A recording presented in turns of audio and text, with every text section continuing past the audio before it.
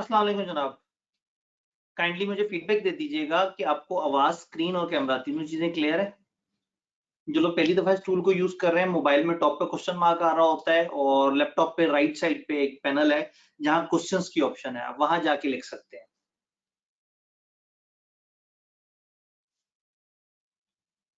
मैं फीडबैक दे दीजिएगा, आवाज़, स्क्रीन और कैमरा तीनों चीज़ें क्लियर है?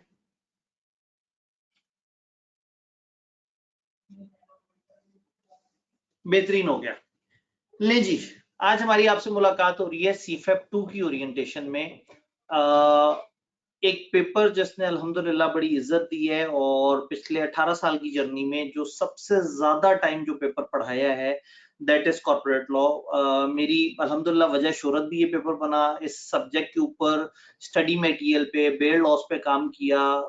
2017 के अंदर जब कंपनीज़ एक्ट आया, उसके अंदर काफ़ी ज़्यादा कंट्रीब्यूशन थी, अल्लाह का शुक्र है आईकेएप की तरफ से वो काम किया और फिर थैंक्स टू आईकेएप कि उसने अपनी एक सोर्स बुक नहीं बनाई हुई कॉर्पोरेट लॉ या टैक्स के अंदर, तो उसके अंदर मेरी बुक जो है वो थ्रू आउट सोर्स बुक के तौर पे इस्तेमाल होती रही है बड़े अरसे से, तो अल्लाह का शुक्र है कि इस सब्जेक्ट ने काफ़ी ज़्यादा इज़्ज़त दी है, बड़ा प्यार दिया है और मेरे नाम के साथ ये है ना कि ये लॉ वाले टीचर हैं। तो this is the paper corporate law जिसने इसमें ये इज़्ज़त दी है और ये सारा मकाम दिया है। लेकिन इस वक़्त हम कॉर्पोरेट लॉ में या सीए फाइनल में हमारा टारगेट ये होता है कि हम लोग कोशिश करें कि स्टूडेंट अपने स्टाइपेंड के अंदर से मैनेज करे, रादर देन कि अपने वालिदैन से बड़े ज़्यादा पैसे 25,000, 30,000, 35,000, 40,000 लेके हमारी फीस भरे। तो हम लोगों ने इसको बड़ा सब्सिडाइज़ अमाउंट में अवेलेबल किया हुआ है और कोशिश ये करेंगे हम ज़्यादा लोगों को गाइड करें। इस पेपर में लोग जो है वो बड़े अरसे से ये पेपर देना खत्म कर चुके हुए थे। आप अपने सीनियर से पूछेंगे जी मैंने पेपर देने में कौन सा पेपर उठाऊँ? कहेंगे यार लॉ मत उठाओ, लॉ सबसे एंड पे करना। तकरीबन 3-4 साल तक मैं भी इस चीज़ का एडवोकेट था और मैं स्टूडेंट्स को मना कर देता था कि आप लोग लॉ ना उठाएँ। लॉ बड़ा पेपर होता था और दूसरा एमएसए 1 और एमएसए 2 अनलॉक नहीं होते थे लॉ से। 4 और पेपर देने से एमएसए 1, 2 अनलॉक होते थे, तो लोग पहले एमएसए 1, 2 अनलॉक करते थे और फिर उसके साथ एंड पे लॉ देते थे। पिछले सेशन में अचानक से लोगों ने इसको लॉ को दोबारा से पिक करना शुरू किया क्योंकि अब वो एमएसए 1, 2 के एंड पे पहुँच गए थे और नई स्कीम भी आ रही थी। तो लास्ट सेशन में 350 स्टूडेंट्स हमारे पास एनरोल थे अल्हम्दुलिल्लाह और तकरीबन जितने अपीयर हुए उसका 1/3 के करीब जो है ना वो स्टूडेंट्स ऐसे थे जो हमसे पढ़ रहे थे और वो बड़ा सीरियस होके लॉ को अटेम्प्ट करना चाह रहे थे। तो आप लोगों को मैं ये कहूँगा कि आप में से जो ऐसा बंदा है जिसके पास अभी साल, डेढ़ साल का टाइम है, उसके लिए तो लॉ एक अच्छी चॉइस है। लेकिन अगर आपकी दिसंबर में अटेम्प्ट है, आने वाले दिसंबर में अटेम्प्ट है और लॉ के अलावा भी एक आध पेपर आपके पास और है और आप उन दोनों को पढ़ना चाह रहे हैं, तो ये थोड़ा-सा डिफिकल्ट टारगेट हो जाएगा क्योंकि कॉर्पोरेट लॉ ऑलरेडी काफ़ी बड़ा है और जब आप उसको अपनी सेकंड, थर्ड अटेम्प्ट में उठाते हैं और उसके साथ एक आध और पेपर होता है तो मुश्किल हो जाता है। अगर खाली कॉर्पोरेट लॉ है फिर कोई मसला नहीं है। सेशन के एंड पे थोड़ा-सा सवाल-जवाब मज़ीद होंगे। सर आपकी अपडेटेड बुक आ गई, क्या परचेज़ कर लें? बहुत सारे सवाल हैं, मैं सारे सवालों के जवाब दूँगा, स्टेप बाय स्टेप चलते हैं। इसमें थोड़ा-सा एंड पे भी मैंने सवाल-जवाब का मार्जिन रखा हुआ है, तो हम एंड पे भी सवाल-जवाब कर रहे होंगे। मैं सारी चीज़ें क्लियर करना चाह रहा हूँ ऑल्दो ग्रुप में मुख्तलिफ दफा डिस्कशन हुई है, लेकिन हमारी ख्वाहिश थी कि हम एक प्रॉपर बाज़ाब्ता ओरिएंटेशन करें ताकि आप लोग आएँ, आपके साथ हम सब्जेक्ट के मिज़ाज पे बात करें और जो छोटे-छोटे से इफ एंड बट हैं, ये क्या होगा, वो क्या होगा, हम उसके ऊपर बात करें। तो कहानी को शुरू करते हैं। सर जो रीअटेम्प्ट करने जा रहा है स्टूडेंट उसका एंड पे बता दीजिएगा। जो जो रीअटेम्प्ट करने जा रहा है मैं एंड पे भी बता दूँगा। आप लोगों के लिए हम एक टूल किट लेके आएँगे लास्ट 2 मंथ्स में, जिसमें आप कम से कम टाइम में सिलेक्टेड तेज़ी से क्विक रिवीजन वीडियोज़ देख के और आप अपनी प्रैक्टिस कर सकते हैं।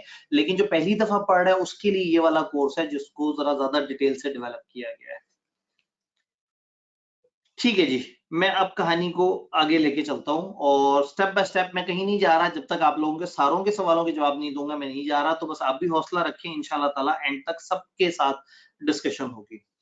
इस ओरिएंटेशन का मकसद क्या है? कॉर्पोरेट लॉ के मेन इश्यूज समझना है कि भाई इस पेपर में ऐसा क्या मुसीबत है, ऐसा क्या प्रॉब्लम है कि लोग इससे बहुत डरे हुए हैं।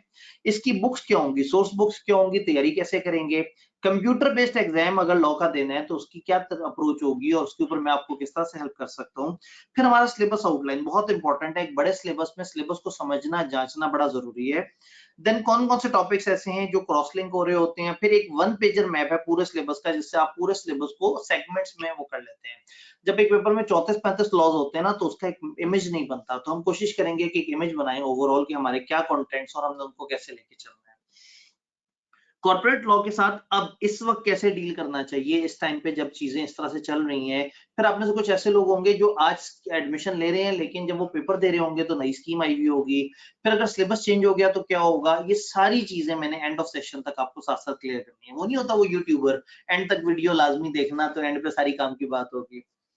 Different tips and techniques. अब आप लोग रात का वक्त है, थोड़ा टाइम निकाल के आ गए हैं तो जरूर सुने। हम लोगों ने कोशिश की कि पहले ये वीकेंड स्टॉक चेक वगैरह वाले सारे मामला खत्म हो जाएं, हम फिर ये सेशन रखें ताकि इसमें मैं फिर आपको साथ साथ गाइड कर सकूं कि क्या है फर्स्ट अटेम्प्टर ने क्या करना है, रिपीटर ने क्या करना है, सारी चीजों पे बात करेंगे इंशाल्लाह ताला।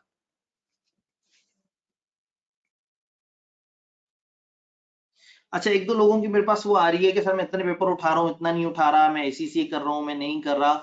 ये जनरल चीजें हैं। मैं अगर कॉर्पोरेट लॉ की ओरिएंटेशन में इन सारी चीजों का जवाब दूंगा तो लोग मायूस हो जाएंगे।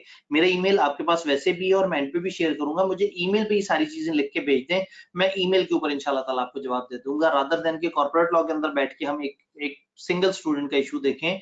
सीफैप काउंसलिंग के ऊपर हम लोगों ने एक कंप्रीहेंसिव सेशन किया होता है जिसमें सीफैप के कितने पेपर उठाने चाहिए, साल की कैसे प्रैक्टिस है, 1.5 साल की कैसे प्रैक्टिस है, ये कैसे करेंगे, वो कैसे, कौन सा भारी पेपर है, कौन सा लाइट है, टैक्स का पेपर कब उठाना चाहिए, इस पे बहुत थॉरो डिस्कशन हम लोगों ने की हुई है और उसकी प्लेलिस्ट मौजूद है। मैं अपने टीम मेंबर से कहूंगा कि जो सीफैप काउंसलिंग की जो सेशन की वो पड़ा हुआ यूट्यूब चैनल पे, उस प्लेलिस्ट का लिंक आप जाएंगे ना तो यूट्यूब पे बिल्कुल शुरू शुरू में, तो उस प्लेलिस्ट का लिंक आप जो है ना सेंड टू ऑल कर दें तो आप सबके पास एक प्लेलिस्ट का लिंक आ जाएगा, आप उसे संभाल के रख लें। और अगर सीफैप से रिलेटेड, पेपर उठाने से रिलेटेड गाइडेंस है तो उसमें हम बात करेंगे।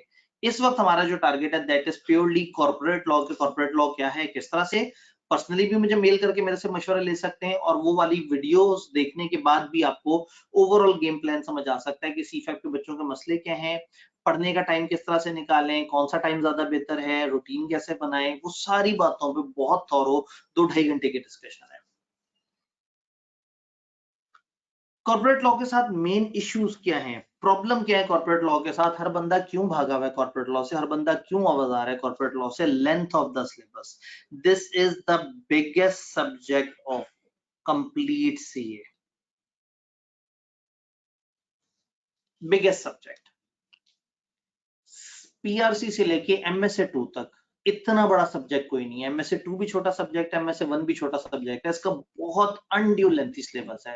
मैं इसलिए नहीं कह रहा कि मेरा सब्जेक्ट है, मैं आज ही अपनी कैफ 7 कंपनी लॉ की क्लास में बच्चों को बता रहा था कि ये कंपनी लॉ सीए का सबसे छोटा पेपर है।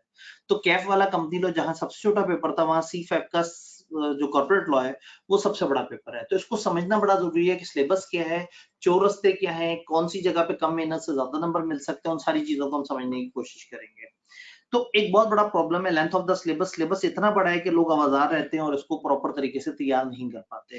देन क्रॉस लिंकिंग, कौन से लॉ को किस लॉ के साथ जोड़ें, कौन सी चीज किसके साथ पढ़ें, कौन सी रेगुलेशन किसके साथ देखनी है, ये एक बहुत बड़ा प्रॉब्लम बना हुआ होता है। मैं एंड ऑफ सेशन तक इन सारे मसलों के आपको सोल्यूशन दे रहा हूँ इंशाल्लाह। ओपन बुक पॉलिसी बहुत बड़ी कंफ्यूजन है।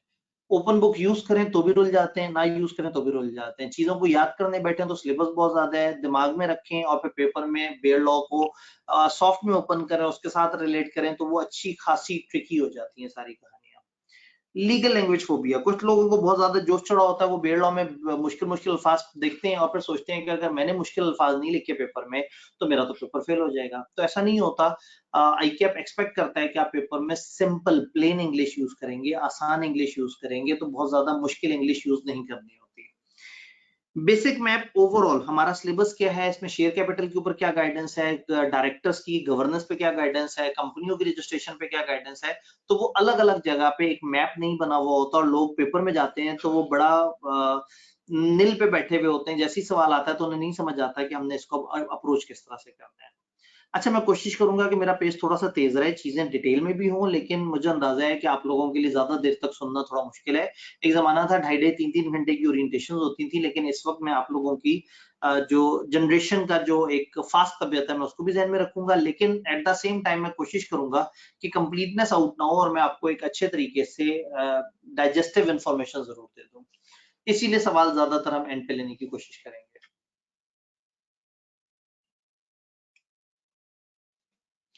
ओपन बुक एग्जाम है तो बुक्स कौन सी चूज करें, अब ये एक बड़ा प्रॉब्लम है। जब हम बात करते हैं ना कॉर्पोरेट लॉ की तो इसमें दो कॉन्सेप्ट आते हैं, एक होता है बेयर लॉ और एक होता है रेफरेंस बुक।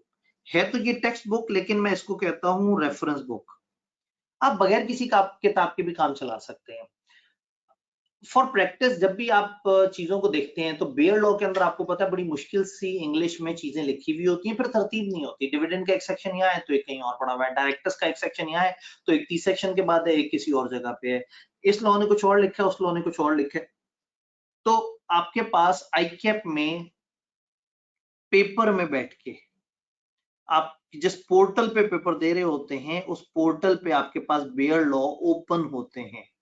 आप वहां से बेयर लॉ की पीडीएफ कॉपीज ओपन कर सकते हैं और किसी भी बेयर लॉ में जाके कोई भी चीज सर्च करना चाहें तो कर सकते हैं। तो आइडियली आपकी दोस्ती बेयर लॉ से होनी चाहिए। बेयर लॉ के कई वर्जन है, मुख्तलिफ पब्लिशर्स ने अपने तौर पे सॉफ्ट कॉपियां बनाई हैं और आपके पोर्टल पर रख दी हैं। दो मशहूर पब्लिशर जो है, दोनों मिलते जुलते नाम है। एक ऐसे इस्लाम पब्लिकेशन इस्लामाबाद है, ये रेड कलर की बुक जो आपको तस्वीर में नजर आ रही है। एक ऐसे इस्लाम पब्लिकेशंस नॉर्मल विदाउट इस्लामाबाद, ये सिल्वर कलर की बुक होती है।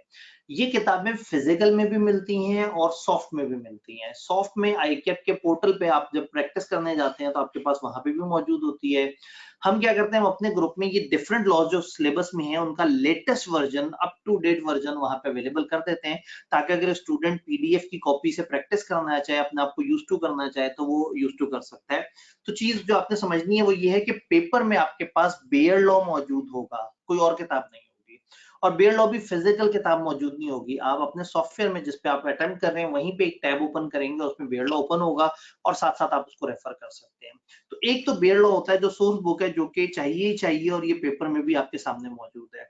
दूसरा कॉन्सेप्ट आता है रेफरेंस बुक का, टेक्स्ट बुक का। जिस तरह से मैंने सामने तस्वीर लगाई हुई है कॉर्पोरेट लॉ मेड इजी, ये 10th एडिशन की है। इस वक्त जो लेटेस्ट एडिशन चल रहा है दैट इज 12th एडिशन जो इस वक्त चल रहा है। किताब के ऊपर मैं थोड़ी सी बात करता हूँ।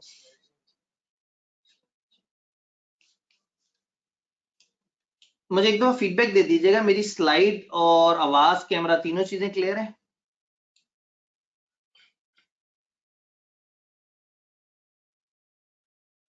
ठीक है, मुझे एक फीडबैक आया था तो मैंने कहा मैं एक साथ आपसे कंफर्म कर लूं सब क्लियर है।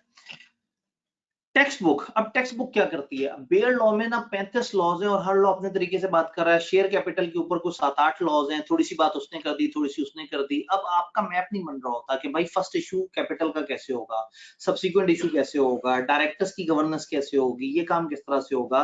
रेफरेंस बुक क्या करती है, आपको स्टोरी मोड में चैप्टर बाय चैप्टर कि हाँ भाई कंपनियों की टाइप्स एक चैप्टर, कंपनियों की रजिस्ट्रेशन एक चैप्टर, कंपनी वाइंड अप कैसे होगी एक चैप्टर, कंपनी में डायरेक्टर्स क्या करेंगे एक चैप्टर है, मीटिंग्स के अंदर क्या हो रहा होगा एक चैप्टर। जिस तरह से कैफ में आपको किताबों की आदत है ना जो टॉपिक वाइज चलती है, बेयर लॉ टॉपिक वाइज नहीं चलता। बेयर लॉ आप उठाएंगे तो उसके अंदर आपको लाइन से सेक्शन नजर आ रहे होंगे और वो आपको काफी ज्यादा कलाबाजियां खिलवाता है। तो टेक्स्ट बुक क्या करती है, आपको हेल्प कर देती है, आपको सपोर्ट कर देती है। अब अगेन मेरी किताब आज आपके पास ऑनलाइन तो मौजूद होती है लेकिन पेपर में ऑनलाइन मौजूद नहीं होती। आज आप फिजिकली भी किताब खरीद सकते हैं, आप ऑनलाइन भी इसको एक्सेस कर सकते हैं। जब आप हमारे उस पे पोर्टल पे जाते हैं और सीफेप 2 के कोर्स पे क्लिक करते हैं तो उसकी जहां डिस्क्रिप्शन है वहां लिखा आ रहा होता है click here to access knowledge bank. आपने इस कोर्स में एडमिशन लिया है या नहीं लिया, आप उधर क्लिक करके हमारे गूगल ड्राइव के फोल्डर में आ जाएंगे और मेरी किताब की 100% सॉफ्ट कॉपी, सारी की सारी चीजें वहां आपके पास अवेलेबल होंगी ताकि आपको उसको खरीदना भी ना पड़े। कुछ लोग तो प्रिंट्स वगैरह अपने प्रिंटर से निकाल लेते हैं, उससे भी काम चल जाता है। खरीदना हो तो वहीद बुक हाउस वालों के पास ही किताब होती है। कई दफा कॉलेज में भी हमने कुछ कॉपियां रखी होती है, कुछ बच्चे कॉलेज से भी ले लेते हैं, लेकिन वहीद बुक हाउस मेजर इनके पास है और उसके बाद यही कराची, इस्लामाबाद और जगह जगह बुक सप्लाई कर रहे होते हैं। और सॉफ्ट में तो फ्रीली अवेलेबल है, हर वक्त अवेलेबल है और रजिस्टर्ड अनरजिस्टर्ड हर बच्चे के लिए अवेलेबल है। ये किताब आपको क्या करेगी, ये किताब टॉपिक बाय टॉपिक, एक चैप्टर स्टार्ट होगा तो बताएगा कि इस चैप्टर में ये टॉपिक है और इसमें ये 3 लॉज हैं, इस लॉ के ये सेक्शन, इस लॉ के ये सेक्शन, इस लॉ के ये सेक्शन। तो इसके तो किताब को मैंने 26 चैप्टर्स में डिवाइड किया हुआ है and for the same purpose I के अपने जब किट बनानी थी, अपने क्वेश्चन बैंक बनाना था, तो उन्होंने मेरी किताब के 26 चैप्टर्स के स्ट्रक्चर को फॉलो किया और उन्होंने अपनी किट भी एग्जैक्टली उन्हीं 26 चैप्टर्स के पैटर्न पे बना दी है ताकि लोगों के लिए मसला ना हो। और उन्हें भी पता था कि सोर्स बुक जो है नवाबी साहब की लोग यूज कर रहे होंगे, तो उन्होंने अपनी जो किट है प्रैक्टिस बैंक है उसको भी उसी तरह से बनाया। जो हमारी किताब यूज कर रहे हैं उनको फिर उस प्रैक्टिस बुक की जरूरत नहीं है, क्योंकि जो किताब का वॉल्यूम 2 है वो ओपन बुक टूल किट है जिसमें ओपन बुक को कैसे यूज करना है, क्या है, किस तरह से, वो सारा कुछ हो रहा होता है। एक स्टूडेंट ने कहा कि सर वो अगर लिंक उस ड्राइव का दे दें तो वो ड्राइव का लिंक एक दफा सेंड टू ऑल कर दें। वैसे वो हमारा जो कोर्स है वहां पे बिल्कुल स्टार्ट में लिंक मौजूद है, लेकिन फिर भी टीम मेंबर आप सब लोगों को उस गूगल ड्राइव का लिंक भी दे देते हैं। अब प्रॉब्लम ये है कि इस किताब का कौन सा एडिशन, क्या ये अप टू डेटेड किताब है या नहीं है। ये किताब विंटर समर 2025 के लिए थोड़ी सी अल्टरेशन इसमें होनी थी, और जो विंटर है उस अटेम्प्ट के लिए एप्लीकेबल थी। होता ही है कि हम हर दफा वेट कर रहे होते हैं आईकैप का। जैसे इस दफा मैंने आईकैप का वेट किया है कि आईकैप कितनी चेंजेस लेके आ रहा है। सरप्राइजिंगली उस सारे वेट के बाद पिछले हफ्ते आईकैप ने जो कंफर्म किया है, गिनती की 2 चेंजेस आई हैं इस दफा सिलेबस में, और 2 चेंजेस में भी ज्यादातर जगह डिलीट करना है कुछ कंटेंट। तो होता ये है कि नया सेशन तो स्टार्ट हो जाता है, बच्चे पूछ रहे होते हैं सर किताब ले लें, किताब नई आई है या नहीं आई है, तो हम उन्हें कहते हैं कि थोड़ा सा रुक जाओ, आईकैप से तरफ से क्लैरिफिकेशन आ जाए। आईकैप ने जो चेंजेस की हैं वो बहुत ही थोड़ी सी है, ना होने के बराबर है। ऐसे मैंने पब्लिशर से कहा है कि आप देखें कि आपके पास स्टॉक कितना पड़ा है। अगर आपने किताब रीप्रिंट करनी है तो मैं आपको चेंजेस दे देता हूं, आप नई वाली किताब रीप्रिंट कर दें। और अगर आपके पास किताब पड़ी हुई है तो मैं एक डॉक्यूमेंट बना देता हूं 15-20 सफ़े का, जो सप्लीमेंट होगा। तो जिसके पास किताब मौजूद हो, सिर्फ वो चेंजेस वाला सप्लीमेंट उसके साथ ऐड होगा कि पेज नंबर 17 में से ये डिलीट करके ये पढ़ लें। और जैसे ही वो सप्लीमेंट तैयार करूंगा तो जो सॉफ्ट कॉपी है बुक की, ऑनलाइन कॉपी, वो फुली अपडेट हो जाएगी। तो जिनके पास गूगल ड्राइव का लिंक है उनको इस मंथ के एंड तक जो है वो लेटेस्ट वर्जन वहां पे नजर आना शुरू हो जाएगा कि हाँ भाई ये वाली चीज इस वक्त किताब की फाइनल है। तो किताब में चेंजेस बहुत ही थोड़ी सी हैं, और ये इतनी ज्यादा चेंजेस नहीं है विच वारंट कि हम एक नया उसको नया वो दें एडिशन। लेकिन अगर रीप्रिंटिंग होनी ही है तो फिर मैं कोशिश करूंगा कि एक दफा नए सिरे से हो जाए। तो अभी तक फिलहाल जो है वो हमारा रीप्रिंटिंग का कोई प्लान नहीं है, और सॉफ्ट में हम अपडेट करके आपको शेयर कर देंगे। फिर जब किताब का स्टॉक एक दफा खत्म होगा और वो जब रीप्रिंट होगा तो उस वक्त हम नया वाला कर देंगे। तो नए और पुराने में फर्क नहीं है, मैं नए जो चेंजेस हैं वो आपको वो बता दूंगा। सर चेंजेस किन चैप्टर में है ताकि हमें पता हो? बहुत ही थोड़ी सी जगह पे बड़ी माइनर सी चेंज शेयर कैपिटल में है। कोड ऑफ कॉर्पोरेट गवर्नेंस में एक चेंज आई थी, वो चेंज फिर से रिवर्स हो गई है। ये भी तो आईकैप के मजाक होते हैं ना, 6 महीने पहले एक चीज ऐड हुई, 6 महीने बाद वो वापस माइनस हो गई। तो इसलिए एक सप्लीमेंट जो बनेगा तो उसमें लिखा हुआ होगा चैप्टर नंबर फलाना, सफा नंबर फलाना, ये पैराग्राफ डिलीट कर दें और ये पैराग्राफ ऐड कर दें। तो मैं एक बड़ा मजेदार सा सप्लीमेंट बनाता हूँ जो पिक्टोरियली कलरफुल सा होता है, जिसको देख के फौरन से आप उसको अपनी किताब के साथ रखेंगे और विद इन 10 टू 15 मिनट्स आप अपनी किताब में छोटी छोटी चेंजेस रिकॉर्ड कर लेंगे। और शायद 3-4 ऐसे सफ़े हों जो नए हैं, आप उसका प्रिंट निकाल के अपनी किताब के साथ स्टेपल कर लेंगे, आपकी किताब अपडेट हो जाएगी। रादर देन कि आप किताब दोबारा से खरीदें, वो अच्छा नहीं है। हाँ, जिन्होंने किताब सिरे से नहीं खरीदी वो फिलहाल सॉफ्ट कॉपी यूज कर सकते हैं, आगे चल के काम चल जाएगा। हम शुरू में लोगों को कैफ की रिवीजन दे रहे होते हैं इस पहले महीने में जब लोग ज्वाइन कर रहे होते हैं, क्योंकि वो आहिस्ता आहिस्ता माइंड बना रहे होते हैं। मीनवाइल किताब भी आ जाती है और बाकी सारी चीजें भी आ जाती हैं। वो प्लान भी मैं भी आपको आगे जाके बताता हूँ। सर क्या हम वॉल्यूम 2 पेपर में ले जा सकते हैं? नहीं, पेपर में आप सिर्फ और सिर्फ बेयर लॉ जो उनके पोर्टल पे दिए हुए उसको एक्सेस कर सकते हैं। तो मैं आगे बताऊंगा कि मेरी किताब से आपने बेयर लॉ पे किस तरह से शिफ्ट होना है ताकि आपके लिए थोड़ा सा इजी हो जाए। कंप्यूटर बेस्ड एग्जाम को किस तरह से टैकल करें? अब ये एक बड़ा प्रॉब्लम है कि आपने पढ़ना है अपने तरीके से और पेपर में जाके आपने टाइपिंग करनी है, नीचे एक एक्सेल का फॉर्मेट है, वहां चीज बनाएंगे, वहां सुपर पेस्ट करेंगे, उसको हैंडल करेंगे, उसको अरेंज करेंगे। टाइपिंग बहुत मैटर करती है। मीनवाइल आप साथ साथ बेयर लॉ को एक्सेस कर रहे होंगे, उसकी सॉफ्ट कॉपी देख रहे होंगे और उसके साथ चीजों को देख रहे होंगे। तो इसमें आईकैप का जो सॉफ्टवेयर है वो जब आया था और आईकैप ने बताया था कि हम ये करना चाह रहे हैं, तो फिर मैंने आईकैप के साथ लंबी चौड़ी सिटिंग की और फिर मैंने उनसे कहा कि मुझे बताएं कि इसमें क्या क्या वो है। फिर उन्होंने कुछ फ्रीक्वेंटली आस्क्ड क्वेश्चन शेयर किए, कुछ डाटा शेयर किया, कुछ फॉर्मेट शेयर किया। फिर मैंने एक लाइव सेशन किया था जिसमें स्टूडेंट्स को उस सॉफ्टवेयर को यूज करना सिखाया था। हमारे जो कोर्स मौजूद है नियर पीयर पे, आप अगर जाएंगे तो फर्स्ट मॉड्यूल जो स्टार्टर पैक है वहां वो वीडियो पड़ी हुई है जिसमें मैंने उस सॉफ्टवेयर के जो डिस्कशन है वो की है और उस सॉफ्टवेयर पे कॉर्पोरेट लॉ का एक पास्ट पेपर का सवाल सामने सॉल्व करके लोगों को दिखाया है कि आपने उसको किस तरह से यूज करना है, बेयर लॉ को कैसे ओपन करना है, बेयर लॉ को एक्सेस कैसे करना है, वो उसको यूज कैसे करना है। वो सारा आपके पास एक सेशन है, वो सेशन आपके पास मौजूद है। सॉफ्ट कॉपी में आईकैप की वेबसाइट पे आईकैप ने गाइडेंसेस दी हुई हैं चीजों की, और उसके अलावा जो बेयर लॉ है वो कहाँ कहाँ अवेलेबल होता है। वेबसाइट पे आईकैप जो बच्चे रजिस्टर हुए होते हैं उस पेपर के लिए, उनके लिए पोर्टल ओपन कर देता है, वो वहां जाके पोर्टल पे प्रैक्टिस कर सकते हैं, लेकिन ये आज का मसला नहीं है, ये मसला है आखिरी 1-2 महीने का। जब आप दाखिला भेज देंगे और आप सोच रहे होंगे कि मैं इसको अटेम्प्ट कैसे करूं, तो वहां पे वो सारी गाइडेंस मौजूद है। पब्लिशर की सॉफ्ट कॉपी, कुछ पब्लिशर जो है वो सॉफ्ट कॉपी बेयर लॉ की आपको ईमेल भी कर देते हैं या नेट पे भी अवेलेबल होती है।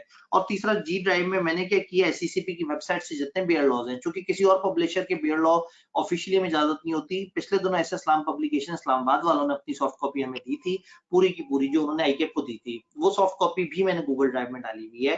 तो गूगल ड्राइव में आप बेयर लॉ में जाएंगे तो वहां पे आपके पास सॉफ्ट कॉपी इन पब्लिशर्स की, इनमें से एक पब्लिशर की सॉफ्ट कॉपी भी मौजूद है बेयर लॉ की, जो कि एग्जैक्टली आपके पास आईकेप में मौजूद होगी। तो ऐसे में बस आप अगर कनेक्टेड रहेंगे तो चीजें मसला नहीं करेंगी, ग्रुप में कनेक्टेड रहें, चीजें पूछें, जहां कंफ्यूजन हो तो इंशाल्लाह ताला बड़े स्मूथ तरीके से हम चल रहे होंगे आगे। अब सिलेबस को थोड़ा सा देख लेते हैं। जब एक बड़ा सब्जेक्ट है तो उसके सिलेबस के अंदर जो है ना फिर थोड़ी सी टेक्निक लगानी पड़ती है। जब इतना हेवी सिलेबस है, सिलेबस में 2 बड़े पोर्शन है, एक 30 से 40 नंबर का और एक 35 से 45 नंबर का। ये जो 35 से 45 नंबर का पोर्शन है, आई कैन से कि तकरीबन 75 to 80% of bare law exactly इस पोर्शन में। यानी कि जो कंपनी लॉ आपने पढ़ा था बचपन में, वो फिर शेयर कैपिटल के बहुत सारे रूल्स, बहुत ज्यादा कुछ की वेटेज आई कि अपने सरप्राइजिंगली बहुत बड़ी नहीं रखी।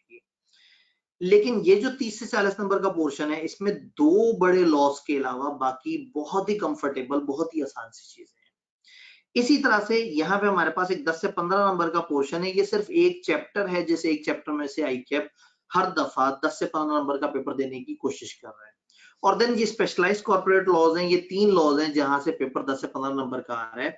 तो अगर मैं किताब के हिसाब से, चैप्टर्स के हिसाब से बात करूं, अगर मैं 26 चैप्टर्स का ब्रेकअप दूं तो 17 चैप्टर इस पोर्शन में, 26 में से एक चैप्टर ये है, 3 चैप्टर्स ये हैं और 5 चैप्टर्स इसके अंदर है। तो एक तरफ हम 5 चैप्टर्स तैयार करते हैं 30 से 40 नंबर के लिए, और एक तरफ हम 17 चैप्टर्स तैयार करते हैं 35 से 45 नंबर के लिए। आईकेप ने बड़ा जुल्म किया है, बहुत सारा डाटा इकट्ठा करके उसकी वेटेज बड़ी कम कर दी है, जिससे लोगों को ना ग्रेड ए से नफरत होना शुरू हो गई है। वो कहते हैं सर हमें ग्रेड डी से शुरू करवाएं, हमें सी से शुरू कराएं। मेरा प्रॉब्लम ये है, हमारी मजबूरी ये है कि हमें पहले ग्रेड ए समझनी होगी, वो बेस है। कंपनी क्या है, कंपनी की वाइंडिंग अप कैसे होती है, कंपनी शेयर कैसे इशू करती है, तो उसके साथ शेयर कैपिटल, और इन सारी चीजों को हम यूज करते हैं अगले लॉज में। तो हम पढ़ेंगे तो इस तरतीब में कि हम पहले ग्रेड ए करेंगे, लेकिन रिवीजन के वक्त मैं आपको सजेस्ट करूंगा कि चूंकि आपको पूरी समझ आ गई है, तो आप कम टाइम में बड़े अच्छे तरीके से एक अच्छी ग्रिप में रिवीजन कर सकते हैं। सर क्या आप चैप्टर नंबर ग्रेड में मेंशन कर सकते हैं? भाई अभी सब आएगा, सारी चीजें आपके सामने आएंगी, ये एक ओवरऑल नक्शा है। इसमें लर्निंग आरबीआई के अपने दिए हुए हैं, जो कि वो मानते हैं कि हाँ भाई इतनी देर में बच्चे से पढ़ लेंगे। बच्चे इसको नहीं फॉलो करते, हर बच्चे का अपना एक पैटर्न होता है, कोई कम टाइम में सीख लेता है, कोई ज्यादा टाइम में सीख लेता है। तो फिलहाल ये चीज हमारे लिए इतना रेलेवेंट नहीं है।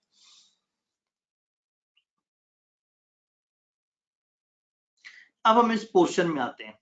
इस पोर्शन में अगर हम जाके देखें तो बहुत सारे लॉज हैं। फॉर एग्जांपल कंपनीज एक्ट, जो कि हमने कैफ लेवल पे इसके 70-75 सेक्शन देखे थे, यहाँ कंपनी लॉ अपनी फुल हशर समानियों के साथ है।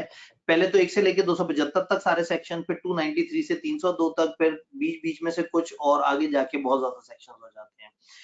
तो कंपनीज एक्ट तकरीबन तकरीबन 80-90% ऑफ द कंटेंट वो हमारे सिलेबस में है। फिर उसके फर्स्ट और सेकंड स्केड्यूल है, फिर पोस्टल बैलेट की छोटी सी रेगुलेशंस हैं, फिर कंपनीज रेगुलेशंस हैं जो कि गाइड करती हैं कंपनीज एक्ट। आपको कैफ में एक जुमला बार बार पढ़ के उलझन आती होगी, एज में बी स्पेसिफाइड, एज में बी प्रिस्क्राइब। तो ये वो रेगुलेशंस हैं जिन्होंने वो सारी चीजें प्रिस्क्राइब की हुई हैं। जस्ट मैं इंट्रोडक्शन दे रहा हूँ, अभी हम इन लॉस की डेप्थ में तो नहीं उतर रहे। फिर एसोसिएटेड कंपनी अंडरटेकिंग में इन्वेस्टमेंट की छोटी सी रेगुलेशन है, वो यहाँ पे मौजूद है। एम्प्लॉय कंट्रीब्यूशन फंड की छोटी सी रेगुलेशंस हैं। रिलेटेड पार्टी ट्रांजैक्शंस के जो रिकॉर्ड मेंटेन करना है उसकी रेगुलेशन है। डिविडेंड की रेगुलेशन है, प्राइवेट प्लेसमेंट की रेगुलेशन है। अगर मैं बात करूं तो ये तकरीबन बहुत ही छोटी छोटी सी रेगुलेशंस हैं जिन सब का मैं जिक्र कर रहा हूं। ये थोड़ी सी मीडियम साइज की रेगुलेशन है, further issue of share capital regulation. इसी तरह से बायबैक छोटी सी रेगुलेशन है, सब्सटैंशियल एक्विजिशन छोटी रेगुलेशन है, ये मीडियम रेगुलेशंस हैं। ये मीडियम या बिग टॉपिक है, और सिक्योरिटीज एक्ट काफी बड़ा है, और इसी तरह से कंपनीज एक्ट काफी बड़ा है। तो यानी कि अगर हम सिलेबस को देखें तो उन्होंने फिर नीचे ये एक और स्मॉल रेगुलेशन भी आ जाती है। तो बहुत सारे लॉज उन्होंने कंपनी और कंपनियों के शेयर कैपिटल के इकट्ठे कर दिए सेक्टेरियल प्रैक्टिसेस के नाम पे।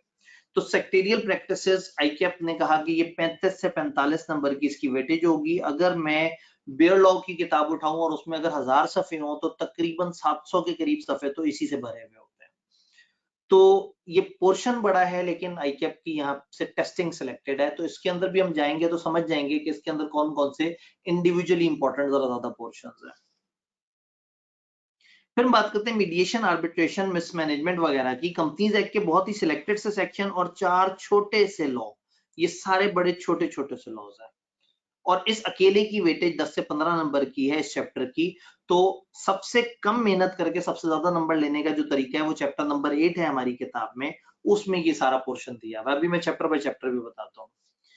देन हमारे पास आ जाते हैं स्पेशलाइज्ड कॉर्पोरेट लॉ। इसमें हमारे फाइनेंशियल इंस्टीट्यूशन, एनबीएफसी, इंश्योरेंस और बैंकिंग, ये 3 तरह के स्पेशलाइज्ड इंस्टीट्यूशंस हैं जिनकी थोड़ी थोड़ी सी गाइडेंस हमारे सिलेबस में है। और इसमें भी आईकैप को जो बहुत पसंद है वो एनबीएफसी है। बैंकिंग और इंश्योरेंस के सिलेक्टेड सेक्शंस हैं, और उन सेक्शन में चूंकि पूरी कहानी नहीं है तो पेपर पॉइंट ऑफ व्यू से वो उतना टेस्टेबल नहीं होते। हम उसकी एक अच्छी अंडरस्टैंडिंग डेवलप कर लेते हैं, बट वी नो कि एनबीएफसी इज द एरिया जहां पे हमने अपने आप को रेडी रखना है और जहां से हमें जरा ज्यादा सवाल आ रहे होते हैं। सर काइंडली थोड़ा सा बता दें कि सीफैप 1 के साथ कौन सा पेपर पिक करूं। भाई आप ये वाली बात मुझे मेल भी कर सकते हैं, क्योंकि इस वक्त हम कॉर्पोरेट लॉ की के सेशन में हैं। दूसरा, वो जो गाइडेंस मैंने अभी आप लोगों को प्लेलिस्ट फॉरवर्ड करवाई है, उस प्लेलिस्ट के अंदर मैंने शुरू से लेके एंड तक सारी चीजों पे लंबी डिबेट की है। ये 5 मिनट का फैसला नहीं है कि मैं सीफैप 1 के साथ क्या उठाऊं। इसमें आपने समझना आप किस किस्म के स्टूडेंट हैं, आपके पास साल है या 1.5 साल है, आप कितनी मेहनत करने को तैयार हैं। तो बड़े सारे पैरामीटर हैं। तो एक खास डिस्कशन हमारी अलग से हुई हुई है, विच इज सीफैप काउंसलिंग सेशन। उसका लिंक हमने ग्रुप में शेयर किया था और मैं एंड पे दोबारा भी शेयर करवा दूंगा। तो ये स्पेशलाइज्ड कॉर्पोरेट लॉ है 3 तरह के, एनबीएफसी, बैंकिंग और इंश्योरेंस, इससे रिलेटेड डिस्कशन है। और देन हमारे आ जाते हैं अदर लॉज, जिसमें 2 जो बड़े लॉ हैं, फॉरेन एक्सचेंज से रिलेटेड और एंटी मनी लॉन्ड्रिंग से रिलेटेड। ये तो तगड़े लॉ हैं। ये बहुत ही छोटा सा चैप्टर है, ये बहुत ही छोटा सा एरिया है। कोड ऑफ एथिक्स बचपन से 15 करोड़ दफा आपने पढ़ा है, वो एरिया भी इसमें शामिल है। और फिर इसके अंदर जो है वो कोड ऑफ कॉर्पोरेट गवर्नेंस, जो कि डायरेक्टर्स के साथ मिलके आईकैप को बहुत पसंद है, ये एरिया है। ये 30 से 40 नंबर के लिए अगर हम बात करें तो इफेक्टिवली इसमें सिर्फ 2 बड़े टॉपिक हैं और एक दरमियाना टॉपिक है कोड ऑफ एथिक्स, जो आपको पहले से आता है, और एक ये दरमियाना टॉपिक है। यानी कि ये 2 बिग टॉपिक हो गए और एक ये मीडियम टॉपिक हो गया। बाकी कोड ऑफ एथिक्स काफी हद तक जो है ना वो इजी है और वो लोगों के लिए डूएबल होता है, उन्हें ऑलरेडी आता होता है। इसको अगर मैं थोड़ा सा लिंकिंग आपस में जोड़ने की कोशिश करूं कि हमने किस तरह से जोड़ना है, तो अब मैं आपके सामने पोर्शन बाय पोर्शन चीजों को लेके चल रहा हूं। क्योंकि ये जो लॉज हैं तकरीबन 34-35 के करीब लॉ है, और फिर एक लॉ में 2-3 तरह की बातें भी हो रही हैं। फिर कंपनीज एक्ट में 15 तरह के टॉपिक्स हैं, फिर डिविडेंड की बातों के साथ डिविडेंड का टॉपिक जुड़ता है फलाना के साथ। तो मैंने एक टाइम पे कुछ अरसे पहले, कुछ ईयर्स पहले, इन सारे लॉज को 26 चैप्टर्स में डिवाइड कर लिया था, और उन 26 चैप्टर्स को आगे से 7 पोर्शंस में डिवाइड कर लिया था। उससे क्या होता है कि आपको कॉर्पोरेट लॉ का एक स्टोरी समझ आ जाती है कि कंपनी बनती है तो क्या होता है, कंपनी चलती है तो क्या होता है, ये काम होता है तो क्या होता है, वो काम होता है तो क्या होता है। उस तरह से डिवाइड किया। मैंने आपको बताया कि आइडिया आईकैप को भी इतना पसंद आया कि उन्होंने जब अपनी किट बनानी थी, पास पेपर्स की प्रैक्टिस बनानी थी, तो उन्होंने एग्जैक्टली इन्हीं चैप्टर्स को फॉलो करके और उसी पैटर्न पे अपनी किट को डेवलप किया है। ये 26 चैप्टर्स को अगर हम देखें तो ये कुछ एरियाज में डिवाइड हुआ हुआ है, कुछ ब्रॉड एरियाज, यानी कि basics of companies act.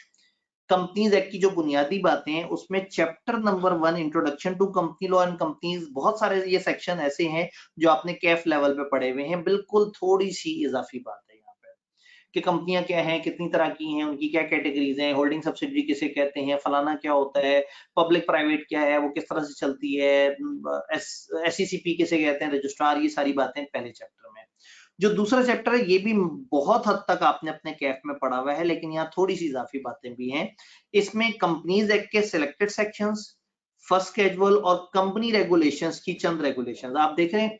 Companies act के साथ कुछ रेगुलेशन जोड़ेंगी, तो ऐसे में टॉपिक है इनकॉर्पोरेशन ऑफ कंपनीज, और इस टॉपिक में हम 3 लॉ को जोड़ते हैं। फर्स्ट शेड्यूल को जोड़ते हैं कंपनीज एक्ट के कुछ सेक्शंस को जोड़ते हैं, और इसी तरह से कुछ रेगुलेशंस को जोड़ते हैं। जब आप लेक्चर ले रहे होंगे ना, तो जिस सेक्शन के साथ जौन सी रेगुलेशन जुड़ के आनी है उसकी वीडियो साथ साथ वहां पे अटैच हो जाती है, ताकि आपको आइडिया हो जाए कि चीजें किस तरह से चल रही है। ये पहला एरिया था बेसिक्स ऑफ कंपनीज एक्ट, जिसमें 2 चैप्टर हैं, चैप्टर नंबर 1, चैप्टर 2। चैप्टर 1 और 2 ये दोनों मेजॉरिटी आपने कैफ में देखे हुए हैं, कुछ नई बातें हैं।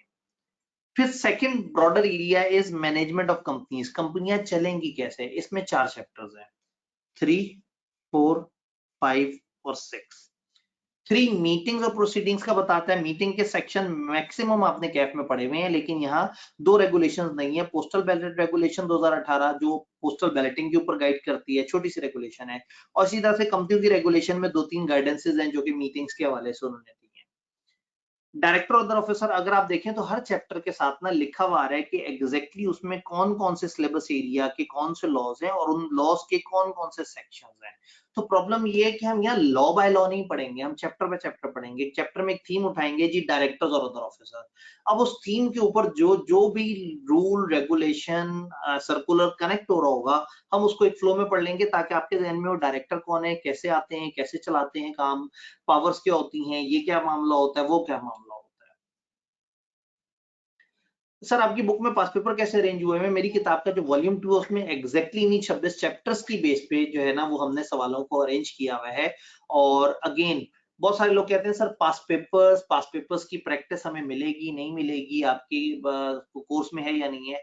यहाँ पास पेपर का कॉन्सेप्ट नहीं है।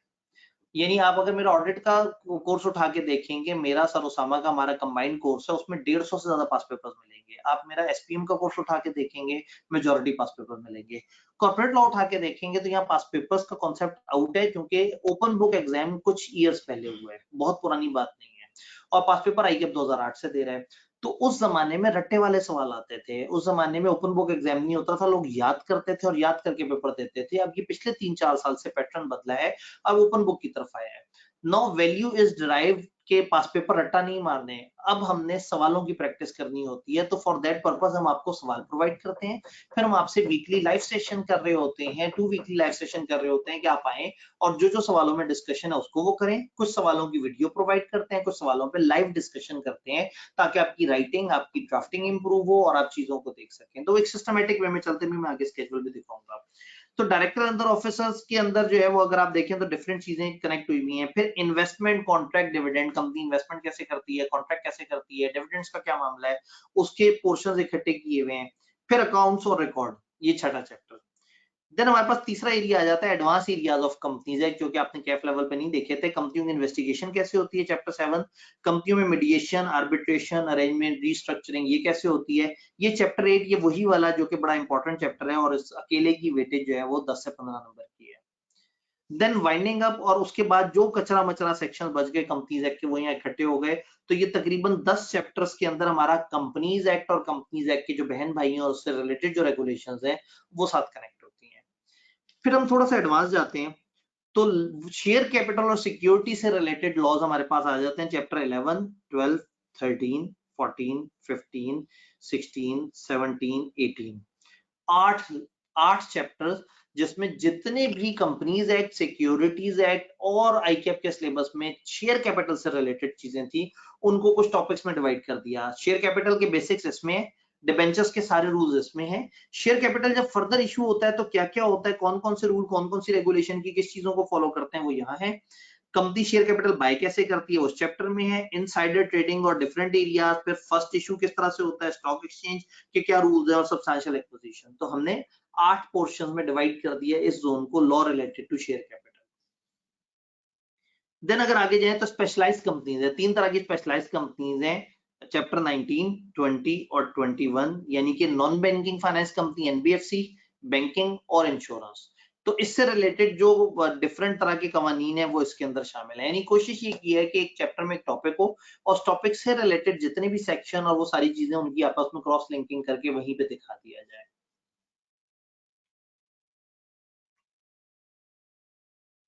सर एक एवरेज बच्चा कॉर्पोरेट लॉ में क्या गलती करता है? जी बिल्कुल, मैं एंड पे इस तरफ भी आता हूँ। कॉर्पोरेट लॉ में जो प्रॉब्लम्स मैंने आपको बताया था कि इसका सिलेबस काफी लेंथी है, लोग बेयर लॉ लिखने की कोशिश करते हैं, कुछ लोग रट्टा मारने की कोशिश करते हैं। तो by the end of session ये सारी बातें होंगी। फिर भी कोई सवाल बच गया, मैं यहीं पे मौजूद हूँ, जब तक आपके सारे सवाल खत्म नहीं होंगे मैं इंशाल्लाह नहीं जा रहा हूँ।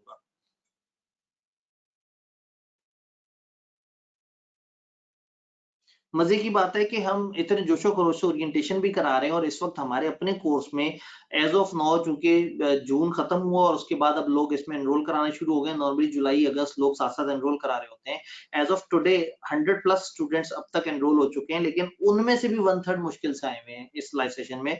और फिर हमने पब्लिकली भी शेयर किया था, तो हो सकता है आप में से 17-18 बच्चे तो पब्लिक से आए हों। तो हमारे जो अपने स्टूडेंट भी होते हैं, कई दफा रजिस्ट्रेशन कराने के बाद ठंडे होकर बैठ जाते हैं कि यार पढ़ना तो अब तसल्ली से है। मैं भी उसका भी बताता हूँ कि हमने सोल्यूशन क्या निकाला है। देन हमारे पास डिफरेंट अथॉरिटीज के लॉ आ जाते हैं। ये हमारे पास चैप्टर नंबर 22, 23 और 24, ये 3 तरह की अथॉरिटीज हैं। अदर देन एससीसीपी हमारे सिलेबस में उनके अलग अलग लॉज हैं। और फिर गवर्नेंस एंड एथिक्स के ऊपर आपका कोड ऑफ कॉर्पोरेट गवर्नेंस बहुत मशहूर चैप्टर 25 और 26 कोड ऑफ एथिक्स। तो ये 26 चैप्टर्स, और ये जो ब्लैक है ये मेन कैटेगरी है और उसके अंदर जो है वो सब कैटेगरी है। यानी अगर आपने तोड़ तोड़ के देखा है, लेकिन अगर आप 1 पेजर कंप्लीट मैप सिलेबस का देखना चाहें तो कहानी कुछ ये है। हम अपने सिलेबस को 7 ब्रॉडर एरिया में डिवाइड करते हैं। कंपनीज एक्ट के बेसिक्स, कंपनियों की मैनेजमेंट कैसे होती है, कंपनीज एक्ट के एडवांस एरियाज, शेयर कैपिटल के law, specialised companies, different authority से रिलेटेड लॉ और गवर्नेंस और एथिक्स से रिलेटेड लॉ। अगर हम इसको टॉपिक वाइज ना लेके चले ना और लॉ बाय लॉ लेके चले तो फिर आपके लिए बहुत मुश्किल हो जाए पेपर में कनेक्ट करना, क्योंकि वो जब सवाल पूछता है तो 2-3 तरह के लॉ के कुछ सेक्शंस जोड़ रहे होते हैं। किताब से हेल्प ये होती है कि आपने उन सबको ऑलरेडी जोड़ के पढ़ा हुआ होता है तो आपको हेल्प मिल जाती है, लेकिन पेपर में आपने उसको ट्रेस कैसे करना है तो इसके ऊपर भी हमारी अलग से गाइडेंस वीडियो है। अभी आप जब कोर्स को एक्सप्लोर करेंगे तो आपको बहुत कुछ नजर आएगा उसमें।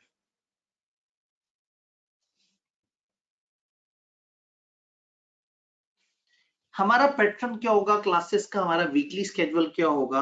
वी बिलीव कि आपका सेशन स्टार्ट हो गया। This is not Kaif. Kaif में क्या होता है, एक खास टाइम पे लोग पेपर देते हैं और एक खास टाइम पे नया बैच स्टार्ट हो जाता है।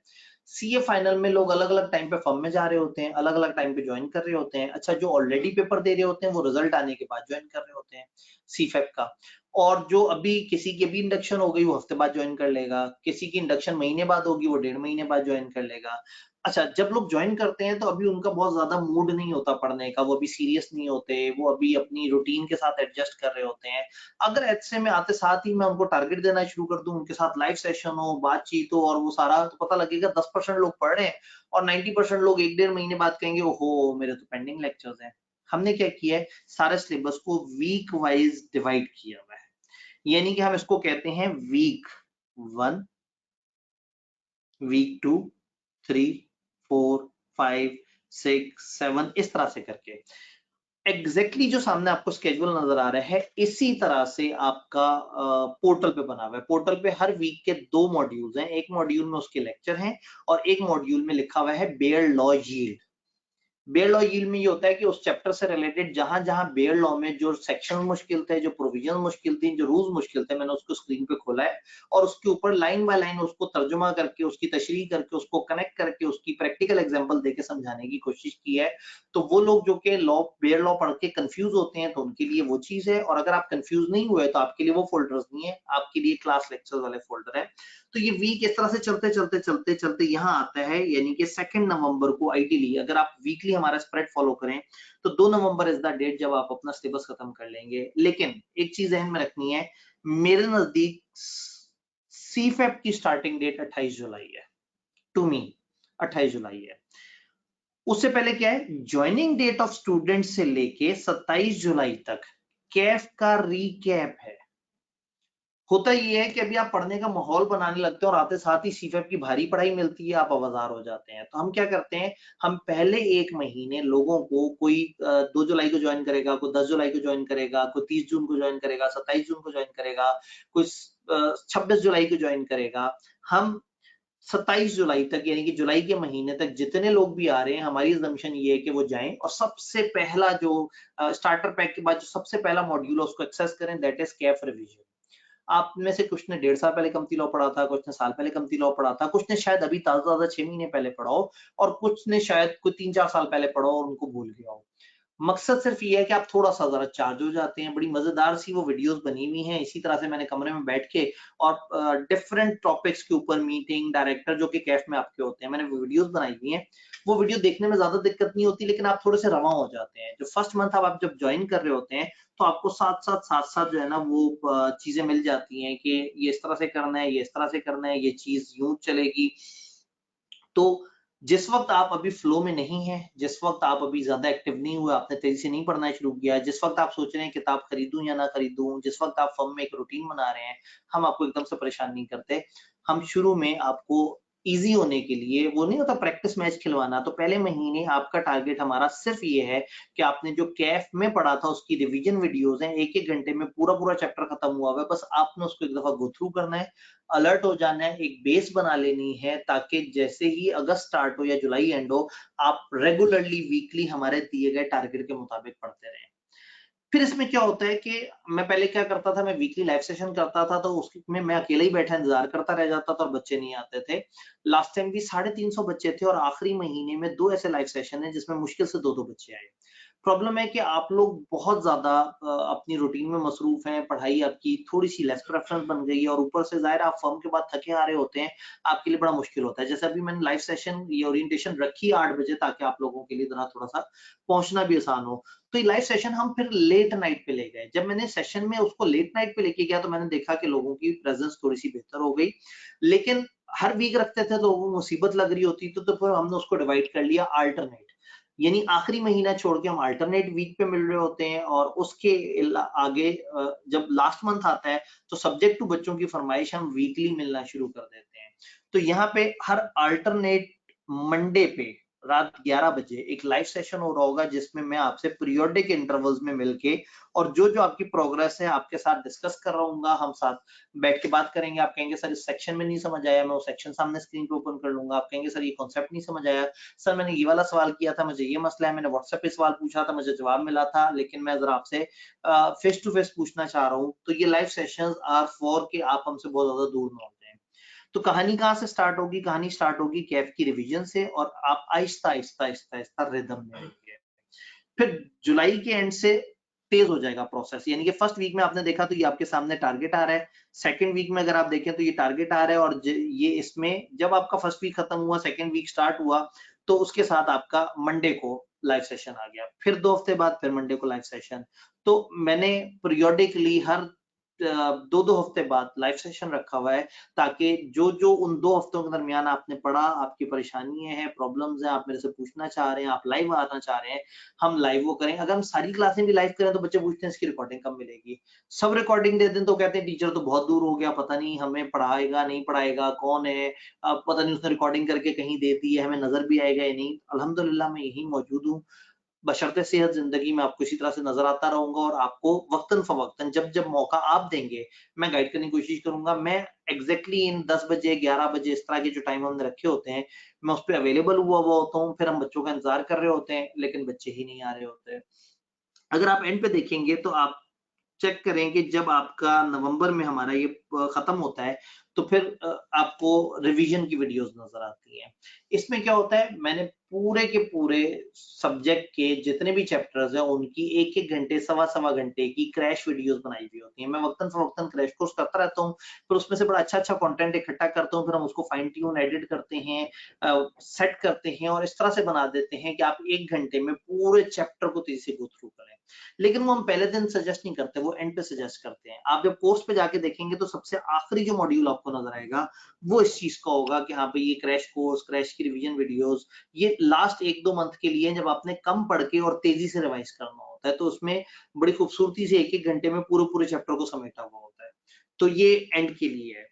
फिर एक end of session full book live session होता है, वो उन स्टूडेंट्स के साथ जो कि चाहते हैं कि जी पूरी किताब में से कहीं से भी सवाल पूछें। इंटरेस्टिंगली ऊपर जितने भी लाइव सेशन मैंने आपको बताए हैं, ये सब के सब जितने बच्चे होते हैं, जब उनके सवाल खत्म हो जाते हैं तो कुछ बच्चा कहता है सर मैं दोस्त से पीछे का पूछ लूं, एक बच्चा कहता है सर मैं तेज पढ़ रहा था, मैं एक हफ्ते आगे का पूछ लूं। तो जितने आए हुए होते हैं, मेरी कोशिश ये होती है कि उनके जब तक सवाल चलते रहे मैं रहूं।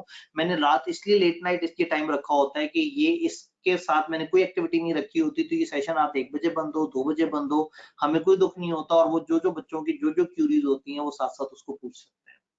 तो ये एक स्केड्यूल है। अब आप कहेंगे सर मैंने इसे फॉलो करना है या नहीं करना, हो सकता है आप बहुत तेज पढ़ते हो, आप वीडियोस प्ले करें तो आपको लग रहा है यार तो फिल्म चल रही है, मजा आ रहा है, जल्दी जल्दी से प्ले करते जाए।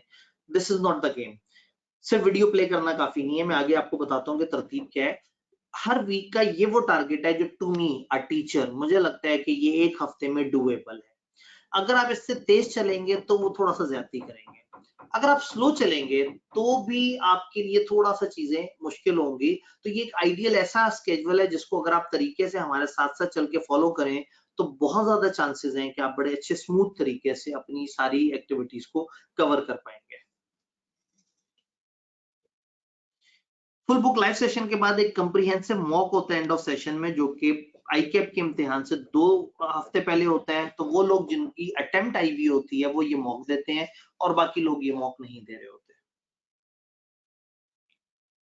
अब ओवरऑल टिप्स एंड टेक्निक्स क्या है, अगर सिस्टमेटिकली बात करें to me open book exam को या कॉर्पोरेट लॉ को अब आज के हालात में कैसे हैंडल करना है। स्टेप 1, सबसे पहले अंडरस्टैंडिंग जरूरी है।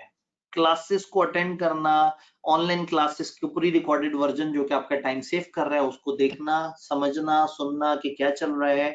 तो सबसे पहले सबसे जरूरी चीज है अंडरस्टैंडिंग। ये पेपर खाली रट्टे से नहीं निकलने वाला और ये पेपर तुक्के से नहीं निकलने वाला।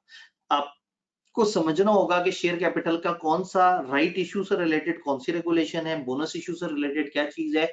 इस लेवल पे समझ होनी चाहिए कि पेपर में सवाल देखेंगे तो आप उसको गो थ्रू कर सकेंगे। तो पहला स्टेप ये है कि आपने हमेशा अंडरस्टैंडिंग लेनी है, क्लास अटेंड करनी है। कैफ लेवल पे मैं लोगों से कहता था क्लास नहीं अटेंड करनी, कोई बात नहीं, खैर आप खुद से कोशिश करें। लेकिन सीफैप में जब हम इसको इतने रिड्यूस अमाउंट पे ला चुके हुए हैं कोर्स को, तो अब आपका क्लास अटेंड ना करने की कहीं से भी तुक नहीं बनती। हम ये कोर्स 20,000 का आज से 2 साल पहले दे रहे होते थे, 2 ढाई साल पहले दे रहे होते थे। मैं अभी कल परसों मेरी नजर से फेसबुक की एक वो गुजरी कि 10 साल पुराना रिमाइंडर था, आपने दोबारा शेयर करना है। मैं इस्लामाबाद 10 दिन के क्रैश कोर्स कराने गया था, एक एक 2-2 घंटे की मेरी क्लास थी और उसके उस वक्त चार्जेस लिए थे 4,500 या 5,000। तो इस वक्त हम आपके स्टाइपेंड के 25% से, एक महीने के स्टाइपेंड के 25% से कम की फीस पे आ गए। और अगर आपने 2-3 सेशन की एक्सेस ली होती है या 3 दफा सब्जेक्ट लिया होता है तो हम आपके स्टाइपेंड के 60% में आपको 3 सब्जेक्ट दे रहे होते हैं। तो कोशिश ये कर रहे हैं कि इस वक्त जो है ना वो लड़ें हालात से और हम उसको बेयर करने की कोशिश करें। जेन्युइनली इस वक्त जो कोर्स अवेलेबल है, अगर मैं आपको दिल की बात बताऊं तो तकरीबन इसका मेजॉरिटी पोर्शन इसकी ऑनलाइन स्ट्रीमिंग कॉस्ट में निकल जाता है। यानी कि ये कोर्स अब हमें अर्निंग नहीं दे सकता। मैं अगर कैफ 7 की, जो कि बहुत आसान सा सब्जेक्ट है, आधा घंटा 35 मिनट वहां पे पढ़ाना होता है, अगर मैं बस दिन में हंसते खेलते बस एक क्लास पढ़ा लूं जिसमें थोड़े से बच्चे भी हों, तो मैं सीए फाइनल में 5 साल में जितना अर्न करता हूँ मैं उतना कैफ 7 के एक छोटे से बैच से अर्न कर लूंगा, क्योंकि वहां पे पैसे भी ज्यादा होते हैं और वहां पे मेहनत ना होने के बराबर है।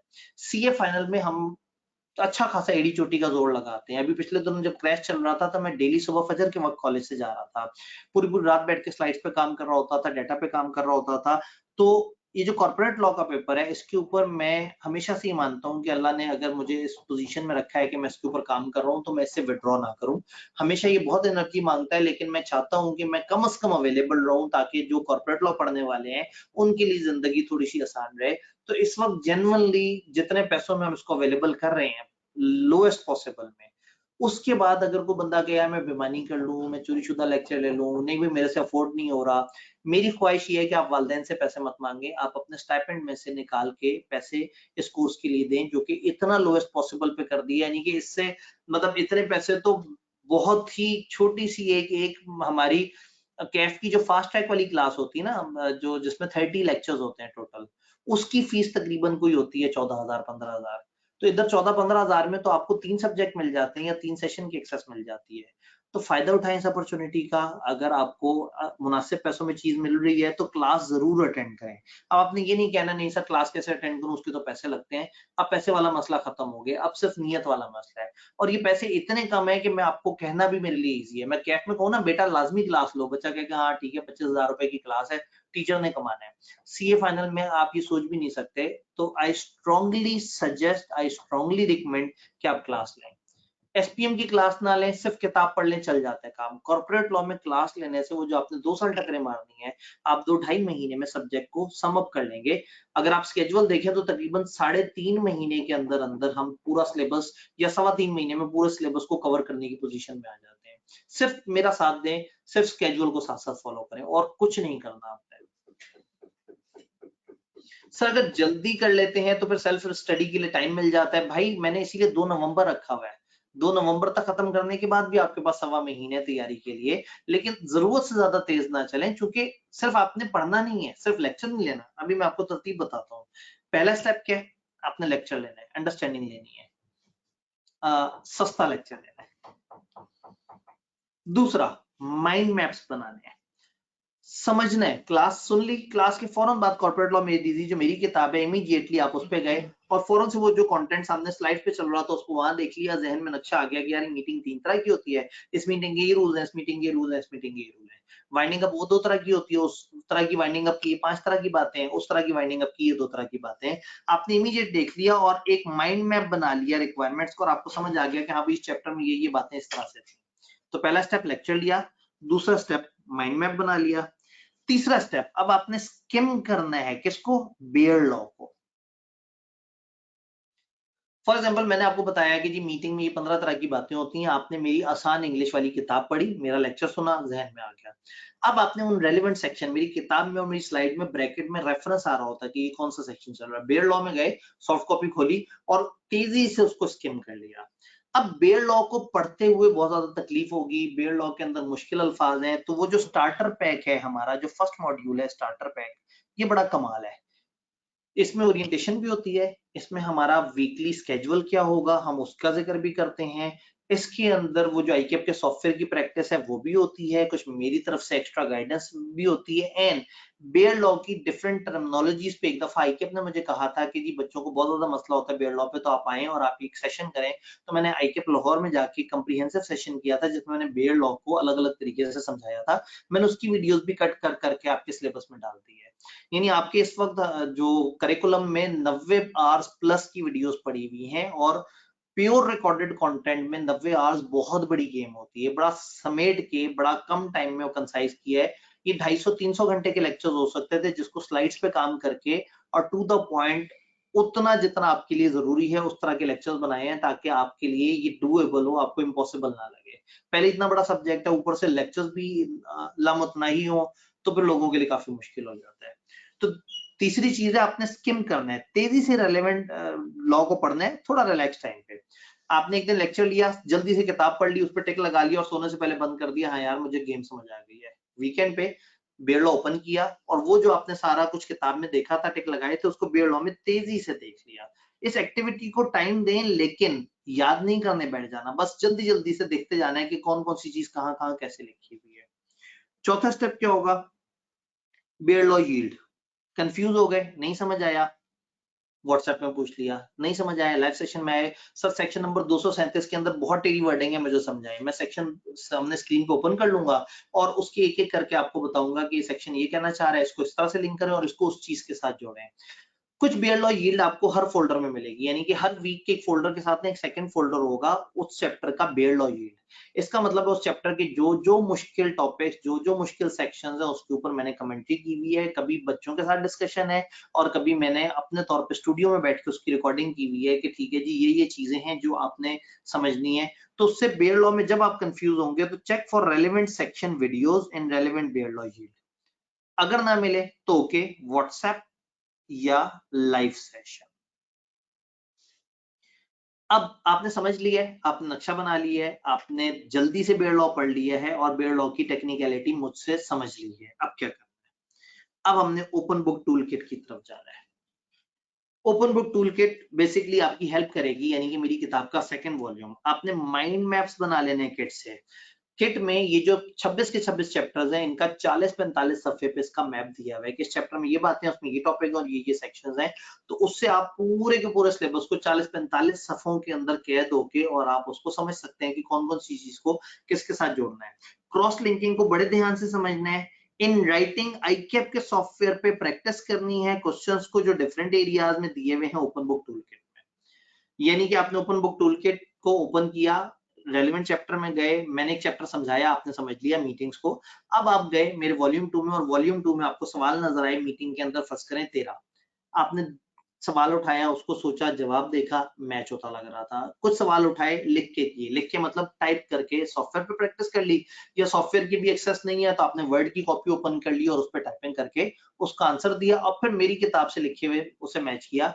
200 से ज्यादा सवाल है मेरी किताब में और तकरीबन आईकेप की किट में भी ऐसा ही है, और उनमें से तकरीबन तकरीबन कोई 30% सवाल वो हैं जो रीसेंट पास्ट पेपर्स के हैं और बाकी या सेल्फ डेवलप है या पास सवालों को उठा के रीअरेंज करके आपके लिए इस तरह से बनाया है कि चैप्टर करने के बाद आप उसको सही से प्रैक्टिस कर सकें। सर क्या बुक का वॉल्यूम 2 भी सॉफ्ट में है? जी बिल्कुल, ऐसा नहीं है कि वॉल्यूम 1 दिखाया, नशा लगवाया और वॉल्यूम 2 बेचना शुरू कर दिया। सब सॉफ्ट में है अल्हम्दुलिल्लाह।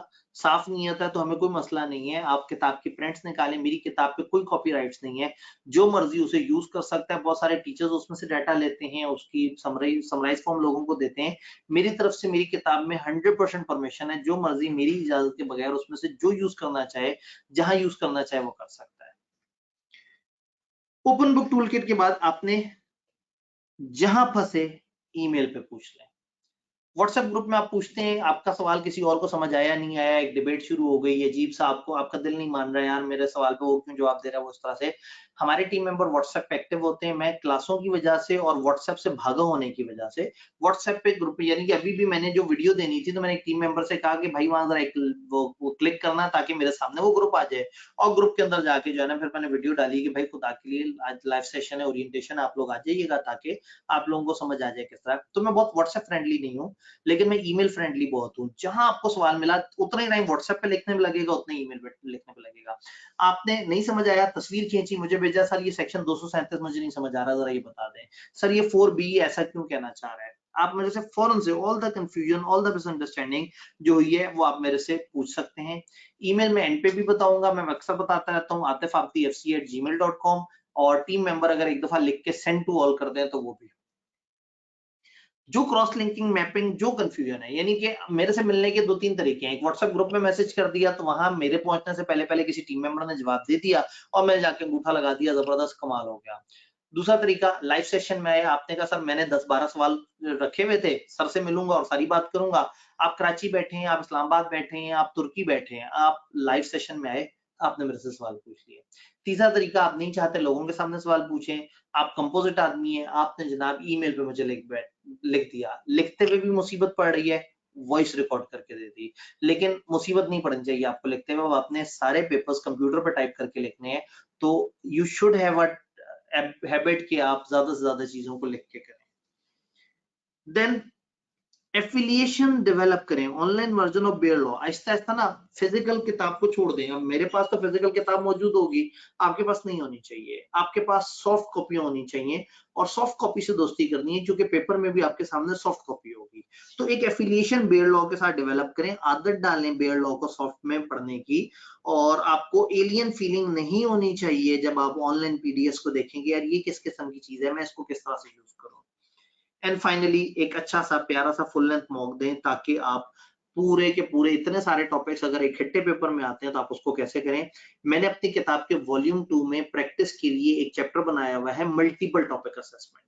जब आपके 26 के 26 चैप्टर खत्म हो जाते हैं और अब आप कहते हैं सर मुझे ऐसे सवाल करने हैं जिसमें 6 एरियाज टच हो रहे हो, 5 चैप्टर्स टच हो रहे हो, तो उसमें तकरीबन कोई 30+ सवाल हैं जो कि मल्टीपल टॉपिक्स के इकट्ठे सवाल है, वो मौजूद है। वक्तन फवक्तन आप मुझे कह सकते हैं सर मीटिंग के मैंने बहुत सवाल प्रैक्टिस कर लिए, मुझे 3 एडवांस लेवल के सवाल जनरेट करके देते हैं, मैं वो एडवांस लेवल के सवाल आपको दे दूंगा। आप सिर्फ ईमेल पे या लाइव सेशन में मेरा साथ दें। मैं बहुत कोशिश कर रहा होता हूँ, ये सब्जेक्ट जो है ना ये मैं किसी और वजह से पढ़ाता हूँ, ये इसने मुझे इतनी इज्जत दी है, तो आज जब इस सब्जेक्ट पे बेचारे पे मुश्किल वक्त है, जब लोग भाग गए हैं, ऐसे कोई पढ़ा नहीं रहा, बहुत अच्छी तरह से गाइडेंस अवेलेबल नहीं है या बहुत महंगी गाइडेंस अवेलेबल है, तो मैंने इस सब्जेक्ट का इसके मुश्किल टाइम में साथ देना है। इसने मेरे मुश्किल टाइम में मेरा साथ दिया था थ्रू आउट। इसने जो है ना, एक टाइम ऐसा था कि हम 6-6 महीने में 3000 कॉपीज इसकी किताब की प्रिंट होती थी, सेल होती थी, 600 बच्चों की क्लासेस चल रही होती थी। तो अल्हम्दुलिल्लाह आज मैं जो हूँ उसमें इस सब्जेक्ट का काफी अहम किरदार है। अभी बेचारा मुश्किल में, इसको इसके बुढ़ापे में मैंने सपोर्ट देनी है क्योंकि मेरी जवानी में इसने मुझे सपोर्ट दी थी। फाइनल अगर मैं चीजों को कंक्लूड करूं और रिकमेंडेशन दूं तो टेक्निकली आपने क्रैमिंग को अवॉइड करना है, खबरदार रट्टा मारने की कोशिश नहीं करनी। इतने बड़े सिलेबस को रट्टा मारना भी इतना आसान नहीं है। गुड फोकस होना चाहिए आपका टेस्टिंग पे, राइटिंग पे, इस तरह से करके माइंड मैपिंग स्किल्स आपकी इंप्रूव होनी चाहिए आहिस्ता आहिस्ता। एक रेफरेंस बुक का कॉन्सेप्ट जरूरी है। सिर्फ बेयर लॉ पढ़ेंगे तो चीजें मैप नहीं बनेंगी, तो एक रेफरेंस बुक, वो मेरी भी हो सकती है, अगर किसी और टीचर के कोई नोट्स मिलते हैं आप उसे भी यूज कर लें, लेकिन मैप्स होने चाहिए। सेल्फ रिस्पॉन्सिबिलिटी बहुत जरूरी है। सीए फाइनल का बंदा सिर्फ एक वजह से नहीं पढ़ पाता है, क्योंकि वो पढ़ना नहीं चाह रहा। जो मर्जी मुश्किल हालात हो, जो मर्जी टेंशन हो, अगर आपका इरादा है कि मैंने क्वालिफाई करना है, मैंने पास करना है, तो कोई आपको रोक नहीं सकता। सेल्फ रिस्पॉन्सिबिलिटी की आदत बहुत शदीद जरूरी है। ऑनलाइन लॉस के साथ दोस्ती करनी है और क्लासेस लेना इज हाईली रिकमेंडेड, कमर्शियली नहीं, वैल्यू के हिसाब से। अब आप लोग जो है वो अपने खुल के सवाल पूछ सकते हैं।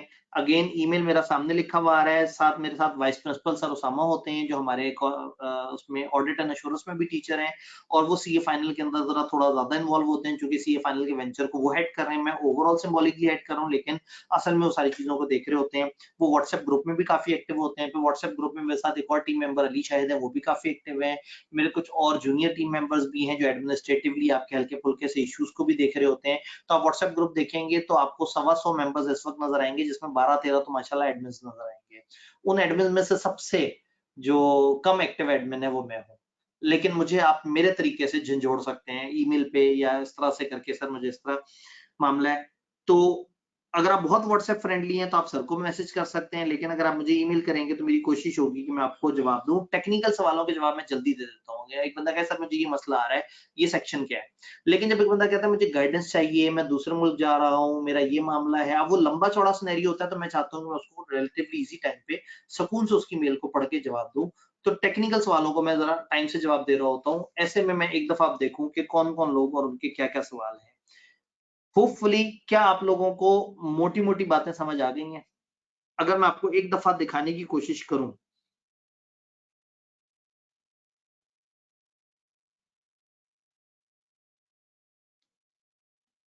तो जो मेन इश्यूज हैं लॉ के साथ, वो लेंथ ऑफ सिलेबस है, हमने उसको डिफरेंट पोर्शन में तोड़ के इस मसले का हल कर लिया। क्रॉस लिंकिंग, यस, हम हर चैप्टर को रेलेवेंट चीजों के साथ जोड़ के पढ़ेंगे। ओपन बुक पॉलिसी हमने उसके ऊपर थोड़ी सी बात की है, लेकिन साथ साथ लेक्चर्स में जारी रहेगी। लीगल लैंग्वेज फोबिया, मैंने आपसे कहा कि ये सब गलत फहमी है या रॉन्ग नंबर है, और बेसिक मैप हमें अपने सिलेबस का अच्छी तरह से समझ आ गया है। तो अगर इस वीकली स्केड्यूल को, जो कि मैं आपको पहले भी दिखाया था, मैं दोबारा दिखाऊं, अगर आप इसे फॉलो करेंगे तो हम तकरीबन 3.25 महीने में चीजों को कवर कर लेंगे। कोई जल्दी नहीं है सीफएप स्टार्ट करने की। आप कैफ की रिवीजन वीडियोस देखें, इजी हो। जुलाई के महीने थोड़ा सा आहिस्ता आहिस्ता नई रूटीन के साथ दोस्ती बनाएं। ये जो आपका फर्म का माहौल है, जो आपकी डेली की रूटीन है, ये जो आपकी हैबिट्स डिस्टर्ब हो रही हैं, बॉडी की आदतें डिस्टर्ब हो रही हैं, इस वक्त इसमें एकदम से बहुत ज्यादा पढ़ने की कोशिश ना करें। फर्स्ट मंथ इज फॉर थोड़ा सा आहिस्ता आहिस्ता अपने आप को वो करें, क्योंकि वही वाली बात है, कोई स्टार्टिंग टाइम नहीं है। कोई बच्चा आ जा रहा है, अभी आप ग्रुप में देखेंगे हर दिन 3 बच्चे, 4 बच्चे, 5 बच्चे, 12 बच्चे, 15 बच्चे ऐड हो रहे होते हैं, और हर बच्चा एकदम से ग्रुप में आके कहता है चल क्या रहा है। तो जैसे एक बच्चा कहे क्या चल रहा है, आपने कहना भाई रुको, ओरिएंटेशन जाके देखो, सर ने बहुत तसल्ली से सारी बात समझाई है, उसको देखो समझो और फिर तुम यहाँ आओ ताकि तुम हमारे साथ मिल जाओ। तो ये स्केड्यूल काफी इंपॉर्टेंट है।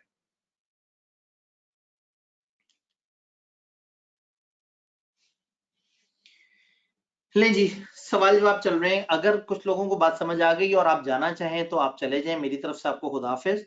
और जिन जिन के सवाल हैं मैं उनके सवाल लेके और मैं उसको जवाब देने की कोशिश करूं। मेरे पास यहाँ पे सॉफ्ट में आपके सवाल, स्टेप बाय स्टेप चलता हूँ। सर आपकी अपडेटेड बुक आएगी परचेज करने के लिए? ये पहले सवाल आया था, मैं दोबारा बता दूं। अपडेट्स इस दफा बहुत ही हल्की हैं, विच डू नॉट कॉल कि हम किताब को रिवाइज करें।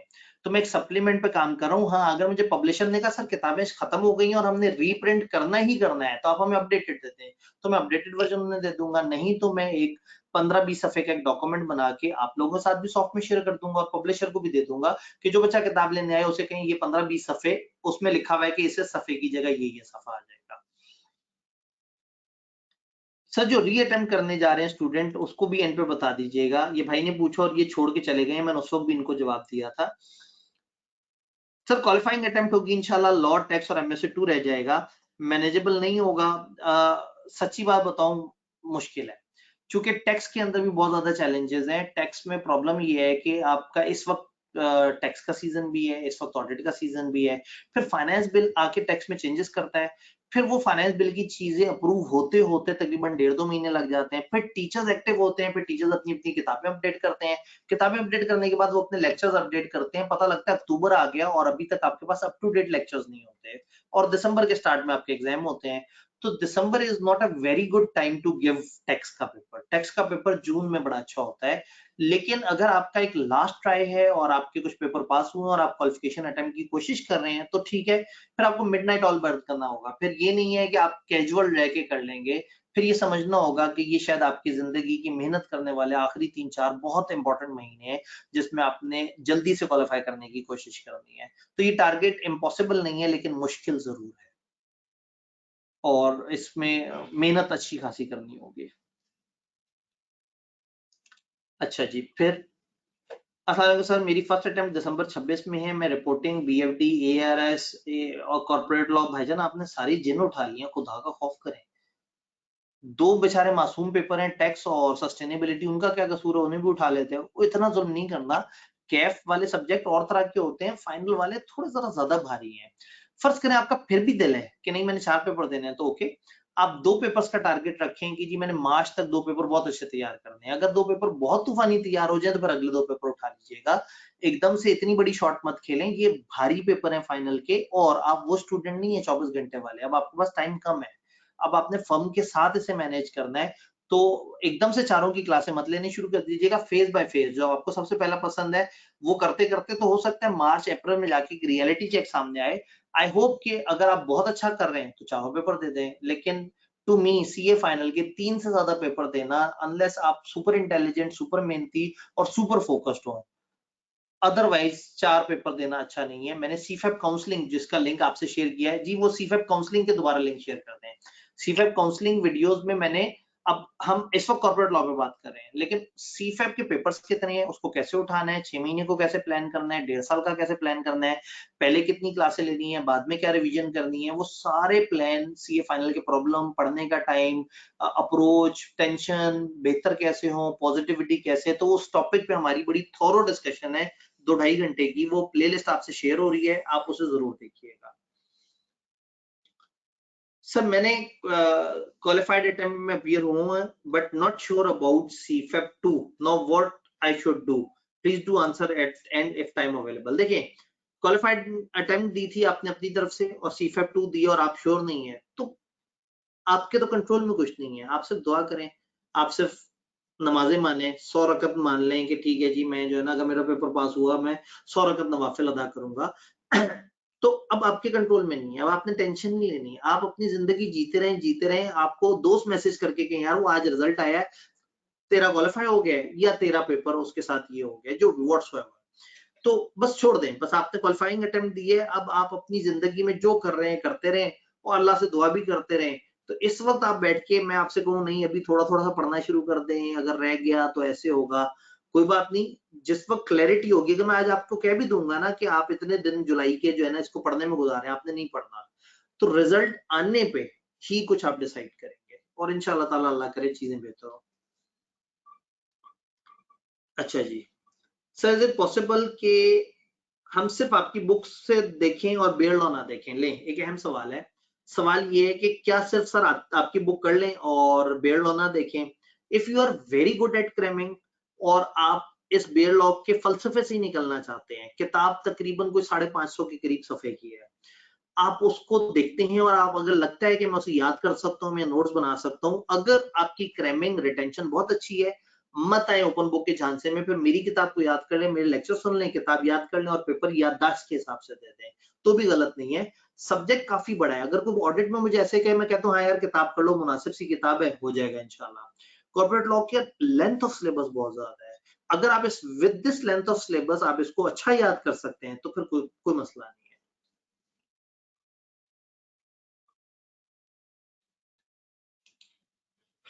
सर ग्रेड डी में से एक ही चैप्टर के 2 सवाल आ सकते हैं, जैसे फेरा के 2 सवाल। आई कैप हमेशा अपनी मर्जी है, वो ऐसा कर सकता है। कई दफा हमने ऐसा देखा है कि एक एक लॉ उसने 2-2 अलग अलग सवालों में टेस्ट किया हुआ है, तो उनकी मूड की बात है, बड़े सिलेक्टेड से लॉस के ऊपर उनका जरा फोकस ज्यादा बना हुआ है। सर बुक में पास पेपर कैसे अरेंज हुए हैं? बिल्कुल उसी तरतीब में, जिस तरतीब में बुक है, वॉल्यूम 2 में पास पेपर है। मेरी किताब का वॉल्यूम 1 टेक्स्ट है, और volume 2 open book tool kit है जिसमें बहुत सारे टूल्स हैं, कंपनीज एक्ट के सेक्शंस की क्रॉस लिंकिंग, बेयर लॉ की वर्डिंग्स, फलाना। मैंने ना 7-8 तरह के कुछ वो बनाए हुए हैं, कुछ गिफ्ट बनाए हुए हैं आपके लिए, जो आपके लिए बेयर लॉ को कवर करना आसान बना देते हैं। और देन उसके अंदर एक मेजर पोर्शन है आपके 200 प्लस सवालों की प्रैक्टिस। सर एक एवरेज बच्चे में सर एक एवरेज बच्चे में क्या गलती करता है कॉर्पोरेट लॉ में, एंड एक एवरेज बच्चे के लिए आइडियल अप्रोच क्या होगी प्रिपरेशन के लिए? जी, एवरेज बच्चा क्या गलती करता है? वो लॉ को सीरियस नहीं लेता। वो कहता है यार थ्योरियां मेरी बचपन से बस निकल जाती थी, वैसे चल जाएगा। वो क्लासे नहीं लेता। अगर एक एवरेज बच्चा क्लास ले और वो एक सिस्टमेटिक पैटर्न को फॉलो करे और वो उसके बहुत ज्यादा सब्जेक्ट्स का उसने लोड नहीं उठाया, अगर एवरेज बच्चा और उसे समझ आ रहा है कि हाँ भाई मैं ज्यादा लोड नहीं उठा सकता, तो मुनासिब लोड उठा के चले, हमारे वीकली स्केड्यूल को फॉलो करे और कोशिश करे कि जब सेशन एंड हो तो रिटर्न प्रैक्टिस करे। तो डूएबल है, एवरीथिंग इज डूएबल। फाइनल का बच्चा असल में मैं आपको बता रहा हूँ 350 बच्चा एनरोल्ड, और आखिरी महीने में मैं ग्रुप में आवाज दे रहा होता था भाई आप कहाँ हो, लाइव सेशन में नहीं आ रहे। और उसके बाद जो है वो कई दफा बिल्कुल थोड़े से बच्चे, मैंने एंड पे फिर क्रैश कोर्स कराया कि भाई क्रैश कोर्स करा रहा हूँ आ जाओ। क्रैश कोर्स में पाकिस्तान भर के लोगों को इनवाइट किया, फ्री क्रैश कोर्स, पता लगा उसमें मुश्किल से 90-95 लोग आए, जबकि अपने पास 350 बच्चे मौजूद थे। तो आप लोग बहुत लॉस्ट हो जाते हैं, आप लोग अपनी फर्म में बहुत गुम हो जाते हैं। आपका कसूर नहीं है, हालात का कसूर है। बट थोड़ा सा इसको भी फोकस करना है। क्वालिफिकेशन भी बहुत जरूरी है। आपने देखा होगा जो क्वालिफाई कर रहे हैं टाइम पे उनकी इज्जत ज्यादा है, और जो नहीं कर रहे उनकी इज्जत उतनी ज्यादा नहीं है। अच्छा जी सर, अगर ग्रेड ए नॉर्मल लेके चलें और ज्यादा फोकस करें बाकी ग्रेड्स पे, जी ऐसा होता है। ग्रेड ए के अंदर जो है ना, वो जब आप आगे जाएंगे तो मैं बीच में इसमें बता रहा होता हूँ कि इसमें कौन कौन से ऐसे चैप्टर्स हैं जो थोड़े ज्यादा जरूरी हैं। तो ग्रेड ए के अंदर आई कैन से कि 17 में से 7 चैप्टर्स ऐसे हैं जो कि 80% ऑफ द कंटेंट को कवर करते हैं। तो आप सिलेबस में थोड़ा सा आगे बढ़ेंगे तो मैंने सारी गाइडेंस वक्तन फवक्तन ऐड की हुई है इसमें। सर जिन्होंने कोर्स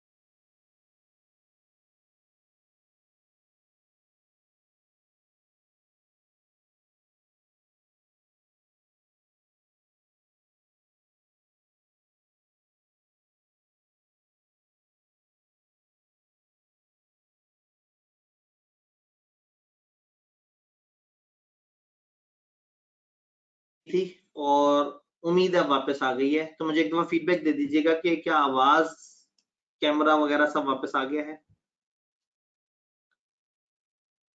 बेहतरीन हो गया। अब मैं कोशिश करता हूँ कि मैं कॉर्पोरेट लॉ के सवालों के जवाब दूं, क्योंकि ओवरऑल जनरल सवाल भी बहुत सारे हैं। मेरा ईमेल आपके सामने लिखा नजर आ रहा है, आप वहां पे भी ईमेल कर सकते हैं। अह,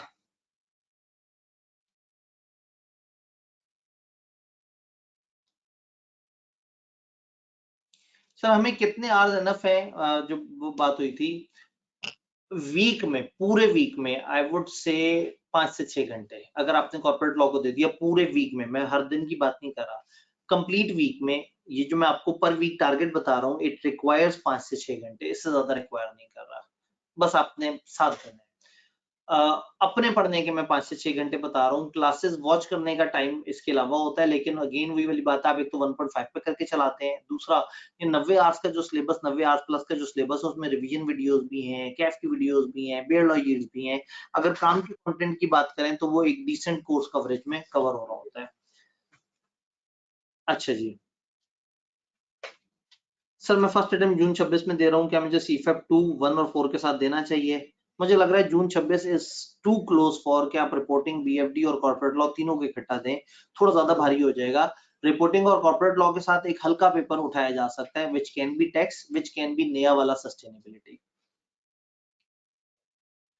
सर क्या ये स्लाइड्स आपकी बुक में अवेलेबल है? नहीं, ये ओरिएंटेशन है, ये स्लाइड्स भी पीडीएफ फॉर्म में हम वहां पे अवेलेबल कर देंगे आपके गूगल ड्राइव।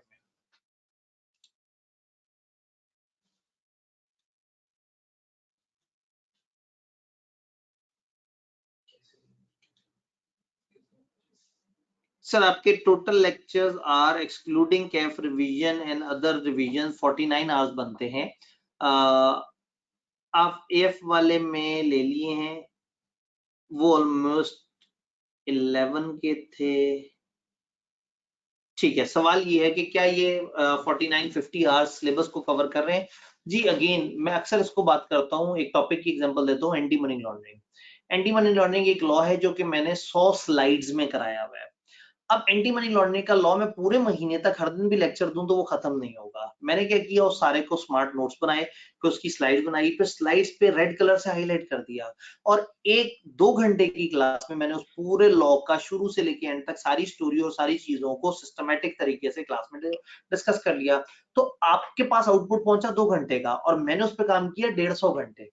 तो मैं बजाय इसके कि मैं आपका काम आसान करता, मैं सामने एक एक करके डाटा लेके आता रहता, डिस्कस करता रहता, मजे मजे से बात करते रहते, और पता लगता उस अकेले टॉपिक के 27 घंटे के लेक्चर्स होते हैं।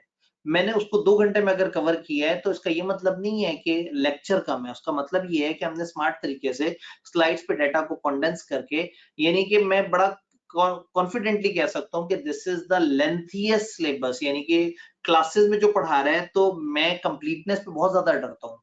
तो मैं सिलेबस की कंप्लीटनेस में जितना ज्यादा स्लाइड्स और कंटेंट आपको यहाँ नजर आएगा, आपको बाकी जगह नजर नहीं आएगा। आपको फ्लो चार्ट बना हुआ होगा, 3-4 एरोज होंगे, एक एक लफ्ज लिखा हुआ होगा और टीचर उसके ऊपर तबसरा कर रहा होगा।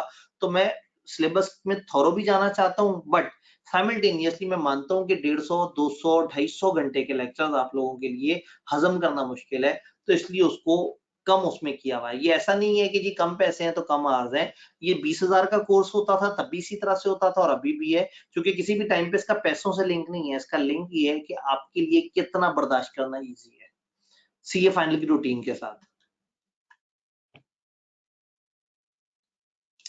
सर अगर कुछ लोगों को जल्दी समझ आ जाता है तो क्या वो वीडियो फास्ट देख सकते हैं? जी, अगर आप 1.5 पे करके या 1.75 पे करके आपको लगता है कि आप सुन सकते हैं, समझ सकते हैं, तो ठीक है, जैसे आपकी आदत बनी हुई है आप ऐसे कर सकते हैं। सही चीज गाइड कीजिएगा। कुछ स्टूडेंट्स कहते हैं कि सर अपनी बुक को रेफर करते हैं लेक्चर में रादर देन लॉ, खुदा का खौफ करें। असल में थ्रू आउट लेक्चर में आप रैंडमली कोई भी मॉड्यूल खोल लें और कोई भी टॉपिक खोल लें, ऑब्वियसली मैंने वहां बेयर लॉ की लैंग्वेज नहीं लिखी हुई होगी, मुश्किल लैंग्वेज नहीं लिखी होगी, मैंने अपनी किताब से कॉपी पेस्ट किया होगा, लेकिन साथ ब्रैकेट में लिखा होगा सेक्शन नंबर 311, और सेक्शन नंबर 311 में वो चीज वहां पे लिखी हुई होगी। तो जाहिर है मैं स्लाइड्स पे तो बेयर लॉ नहीं पेस्ट करूंगा, क्योंकि बेयर लॉ पेस्ट करके फिर आपको किस मुसीबत से मैंने बचाया। यानी अगर मैंने बेयर लॉ को सामने उठा के और उसका तर्जुमा करना शुरू कर दिया, तो वो लेक्चर तो ना हुआ, वो तो सिर्फ तर्जुमा करने वाली सर्विस हुई। तो जाहिर है मैं जब रेफर करता हूँ चैप्टर नंबर 22, तो चैप्टर नंबर 22 से मुराद एक चैप्टर है जिस चैप्टर के अंदर मैंने 2 लाख कवर किए हुए हैं, और हर चैप्टर के स्टार्ट में पूरा मैप है। हर चीज हर स्लाइड के ऊपर आपको शायद ही कोई 5%, 5 भी ज्यादा है, 2% ऐसी स्लाइड मिलेंगी जिसमें कोई रेफरेंस नहीं होगा। तो थ्रू आउट सारी स्लाइड्स बेयर लॉ से रेफर हुई हुई हैं, लेकिन हम बेयर लॉ से नहीं पढ़ते। अब बेयर लॉ से पढ़ना शुरू करेंगे तो तरतीब बहुत बुरी तरह से आउट हो जाएगी। और अगेन मतलब वही वाली बात है कि कोई इंटेंशन ये थोड़ी है कि मैं किताब को रेफर करूं, लोग डिपेंडेंट हो जाए और जो है ना उनको किताब खरीदनी पड़ जाए। ऐसा नहीं है। असल में हुआ पता है क्या, 3-4 साल लोगों ने कॉर्पोरेट लॉ नहीं पढ़ा, चूंकि लोग बाकी पेपर दे रहे होते थे। तो फिर कॉर्पोरेट लॉ में इतना बड़ा गैप आ गया कि लोगों की बहुत सारी मिथ्स थी। हर बच्चे के पास मेरी किताब तो होती थी, लेकिन कोई लेक्चर ले रहा होता था कोई नहीं। तो सबने कहा कि नहीं, आदि साहब की किताब ले लो, काम चल जाएगा। तो फिर लोग किताब को बहुत ज्यादा डिपेंडेंट हो गए और लेक्चर लेने छोड़ दिए। तो ऐसा नहीं है, लेक्चर, किताब, अंडरस्टैंडिंग, ये सब मिलके चलता है।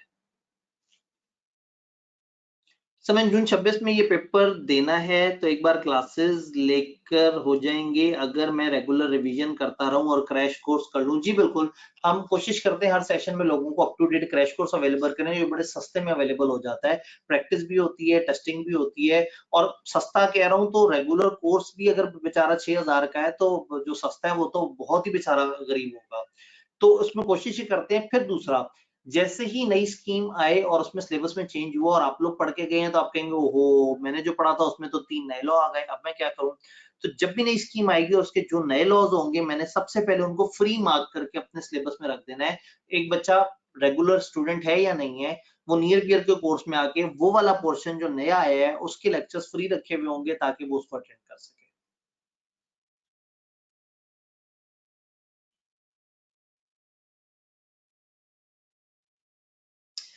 सर कुछ चैप्टर में आपने गो थ्रू करवाया है, जैसे डिबेंचर वगैरह, तो हम भी ऐसे करें। जी बिल्कुल, अगेन वही वाली बात है कि ड्यू केयर कहते हैं कि जिस चीज को जितनी केयर देनी जरूरी है। जब एक चैप्टर बहुत जरूरी है तो मैं एक एक लाइन की गहराई में उतरा, और जहां एक जस्ट नैरेटिव इन्फॉर्मेशन है तो मैंने कोशिश की है कि मैं थोड़ा क्विकली उससे गो थ्रू करूं और आपका भी टाइम बचाऊं और आपको बताऊं कि हाँ ठीक है, इसको बस एक अंडरस्टैंडिंग के हिसाब से कवर कर लेना है। Thank you so much, we love you, I am relax by your guidance. चले, जजाकल्ला, बहुत बहुत शुक्रिया।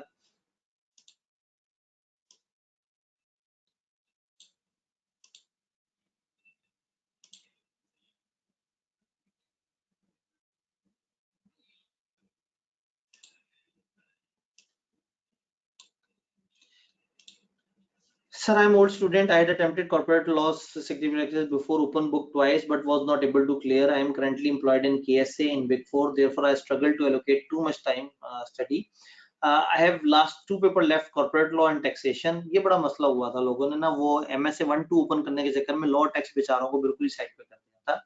आई am planning qualifying attempt, can you briefly give an approach to cover other laws and grade apart from, ये कहा, और वो भाई जो है वो लेफ्ट कर गए। तो भाई हमसे डिस्कनेक्ट हो गए हैं, तो मैं उनके जवाब दे तो दूं, लेकिन वो मौजूद नहीं है। लेकिन अगेन अगर आप बाद में मुझे रिकॉर्डिंग में सुन रहे हो, तो मुझे अगर आप ईमेल कर देंगे तो मैं आपको एक सिस्टमैटिक थोड़ा सा, कि आप क्वालिफिकेशन अटेम्प्ट को अगर प्लान कर रहे हो और आपके पास कम टाइम है, तो मैं आपको थोड़ा सा स्मार्ट प्लान भी बता सकता हूँ। सर लेक्चर अपडेट आएंगे फॉर दिस अटेम्प्ट भाईजान। इस वक्त लेक्चर अपडेटेड है, यानी कि ओवर अपडेटेड है, बल्कि अभी जो आईकेएप ने अभी अनाउंस की है उसमें उसने 2-3 चीजें माइनस करने का कहा है। तो इस वक्त आपके लेक्चर ओवर अपडेटेड है। तो मतलब मैंने एक दिन बैठना है और उसके आपके लेक्चर्स में घुस के 2-3 जगह पे एक तो रेगुलेशंस डिलीट करनी है जो आईकेएप ने खत्म करवाती है। तो हर सेशन के एंड पे हम एक दफा थॉरोली बैठते हैं और लेक्चर्स को फुल अप टू डेट करते हैं। तो अभी इस वक्त आपके पास जो लेक्चर्स हैं, 2 टोटल चेंजेस ऐसी हैं जो उसमें नहीं है, और उन चेंजेस में भी डिलीशन है, एडिशन नहीं है, ना होने के बराबर। पोस्टल बैलेट की रेगुलेशन में थोड़ी सी चेंज और थोड़ा सा कोड ऑफ कॉर्पोरेट गवर्नेंस में वो बहुत ज्यादा लंबी चौड़ी चेंज आएगी, अपने नहीं सजेस्ट। इस सेशन में बहुत थोड़ी सी चेंज है। सर आपके सॉफ्ट नोट्स कब तक अपडेट हो जाएंगे? अब अगेन वो जो चेंज है उसकी बेस पे तो बहुत थोड़ी सी डिलीशन है, लेकिन वो जो सप्लीमेंट बनाना होता है उसमें थोड़ी सी मेहनत होती है। किताब के पेज के साथ रेफरेंस, उस तरह का फॉर्मेट, फिर उसमें ये चीज माइनस, उसके ऊपर डिजाइन और वो सारा कुछ होता है, उसमें थोड़ी सी क्वारी लगती है। और उसमें आईकेएप की नोटिफिकेशन आने के बाद भी 15-20 दिन बाद आईकेएप फिर से कुछ रिवीजन बता देता है। तो मैं इसलिए जुलाई एंड तक वेट करता हूँ कि आईकेएप की तरफ से सब फाइनल हो जाए, तो इसलिए अगस्त के स्टार्ट में इंशाल्लाह आपके पास वो सप्लीमेंट मौजूद होगा जब आप पढ़ना शुरू करेंगे इफेक्टिवली। ग्रेड बी, सी या डी से स्टार्ट कर सकते हैं। अगर आपने पहले पढ़ा हुआ है और आपको आता है तो फिर आप ऐसा कर सकते हैं, लेकिन पहली दफा पढ़ने के लिए आपको बेस बनानी पड़ती है, क्योंकि ये अनफॉर्चुनेटली आपस में क्रॉस लिंक करते हैं बहुत ज्यादा।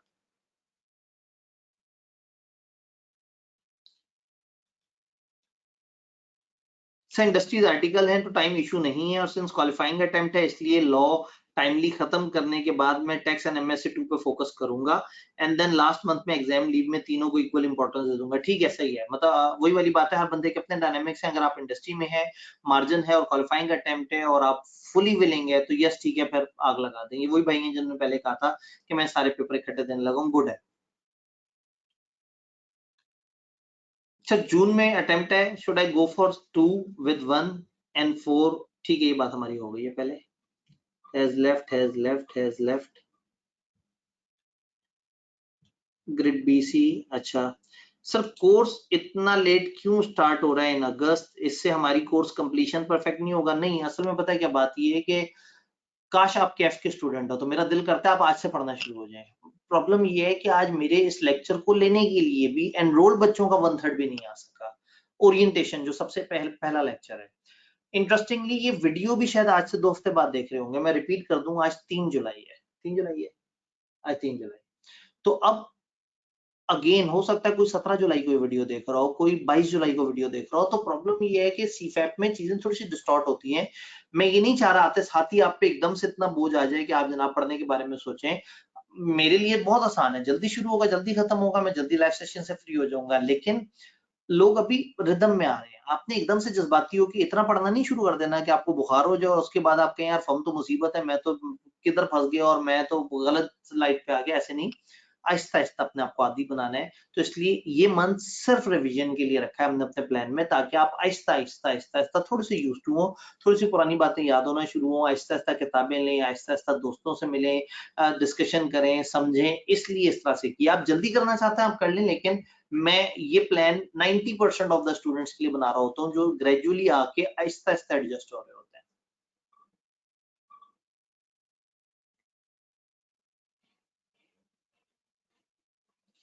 सर मेरी जून में अटेम्प्ट है, क्या मैं सीफेप 2, 1 और 4 के साथ दे दूं? मैं हर दिन 5 घंटे दे सकता हूं और वीकेंड पे ज्यादा टाइम दे सकता हूं। अगेन शुरू में ऐसा लग रहा होता है, लेकिन जब आप ग्राउंड पे बैठते हैं तो 1-2 महीने बाद आप आवाजार हो जाते हैं। स्टिल प्रोवाइडेड कि आपके पास वाकई इतना टाइम है तो ठीक है, मैं फुली आपके फैसले के साथ हूं। बस एक छोटा सा काम कीजिएगा, सीफेप 1 के साथ कॉर्पोरेट लॉ पढ़ना शुरू कर दें और जब सीफेप 1 खत्म हो जाए या कॉर्पोरेट लॉ खत्म हो जाए तो फिर BFD उठा लीजिएगा।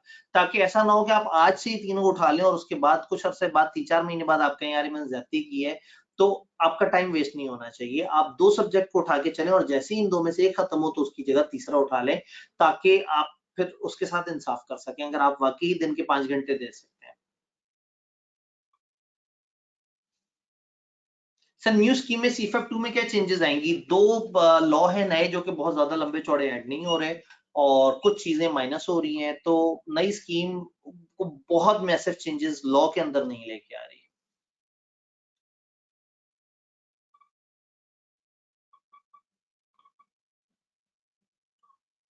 फाइनली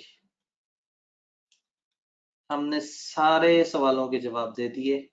ठीक है जी। नहीं, एक सवाल रह गया जमशेद भाई का। सर जी, बेयर लॉ को जिस सीक्वेंस में आपने स्टार्ट ऑफ चैप्टर में बताया था कि ये वाले सेक्शन इंक्लूड हैं, वैसे ही पढ़ना है? जी बिल्कुल ऐसे ही है। इसलिए मैं आपसे कह रहा हूँ कि लेक्चर के बाद जब आप किताब को देखेंगे तो किताब में वो वाले सेक्शन उस तरतीब से आ रहे होंगे। तो किताब के देखने के बाद आपके लिए क्विकली स्किम करना आसान होगा बेयर लॉ को, क्योंकि बेयर लॉ को डायरेक्टली सोर्स उठाया तो वो थोड़ा सा घुमा देता है, क्योंकि वो अपनी एक तरतीब में चल रहा होता है। For example section 83 right issue के बारे में बात करता है और फर्दर ऑफर रेगुलेशन 3 उसके साथ कनेक्ट करती है। वो सेक्शन अकेला पढ़े या वो रेगुलेशन अकेला पढ़े तो मतलब क्लियर नहीं होता, उस सेक्शन के साथ वो रेगुलेशन जोड़ के पढ़े तो पूरी कहानी समझ आती है। तो इसलिए इसमें क्रॉस लिंकिंग इंपॉर्टेंट है कि आप एक जगह से घुस के नहीं कहता कि मुझे यहाँ लाइन से जवाब दे दो, वो क्रॉस लिंकिंग पूछता है। तो इसलिए हमने लेक्चर के अंदर क्रॉस लिंकिंग को बहुत ज्यादा फोकस किया है।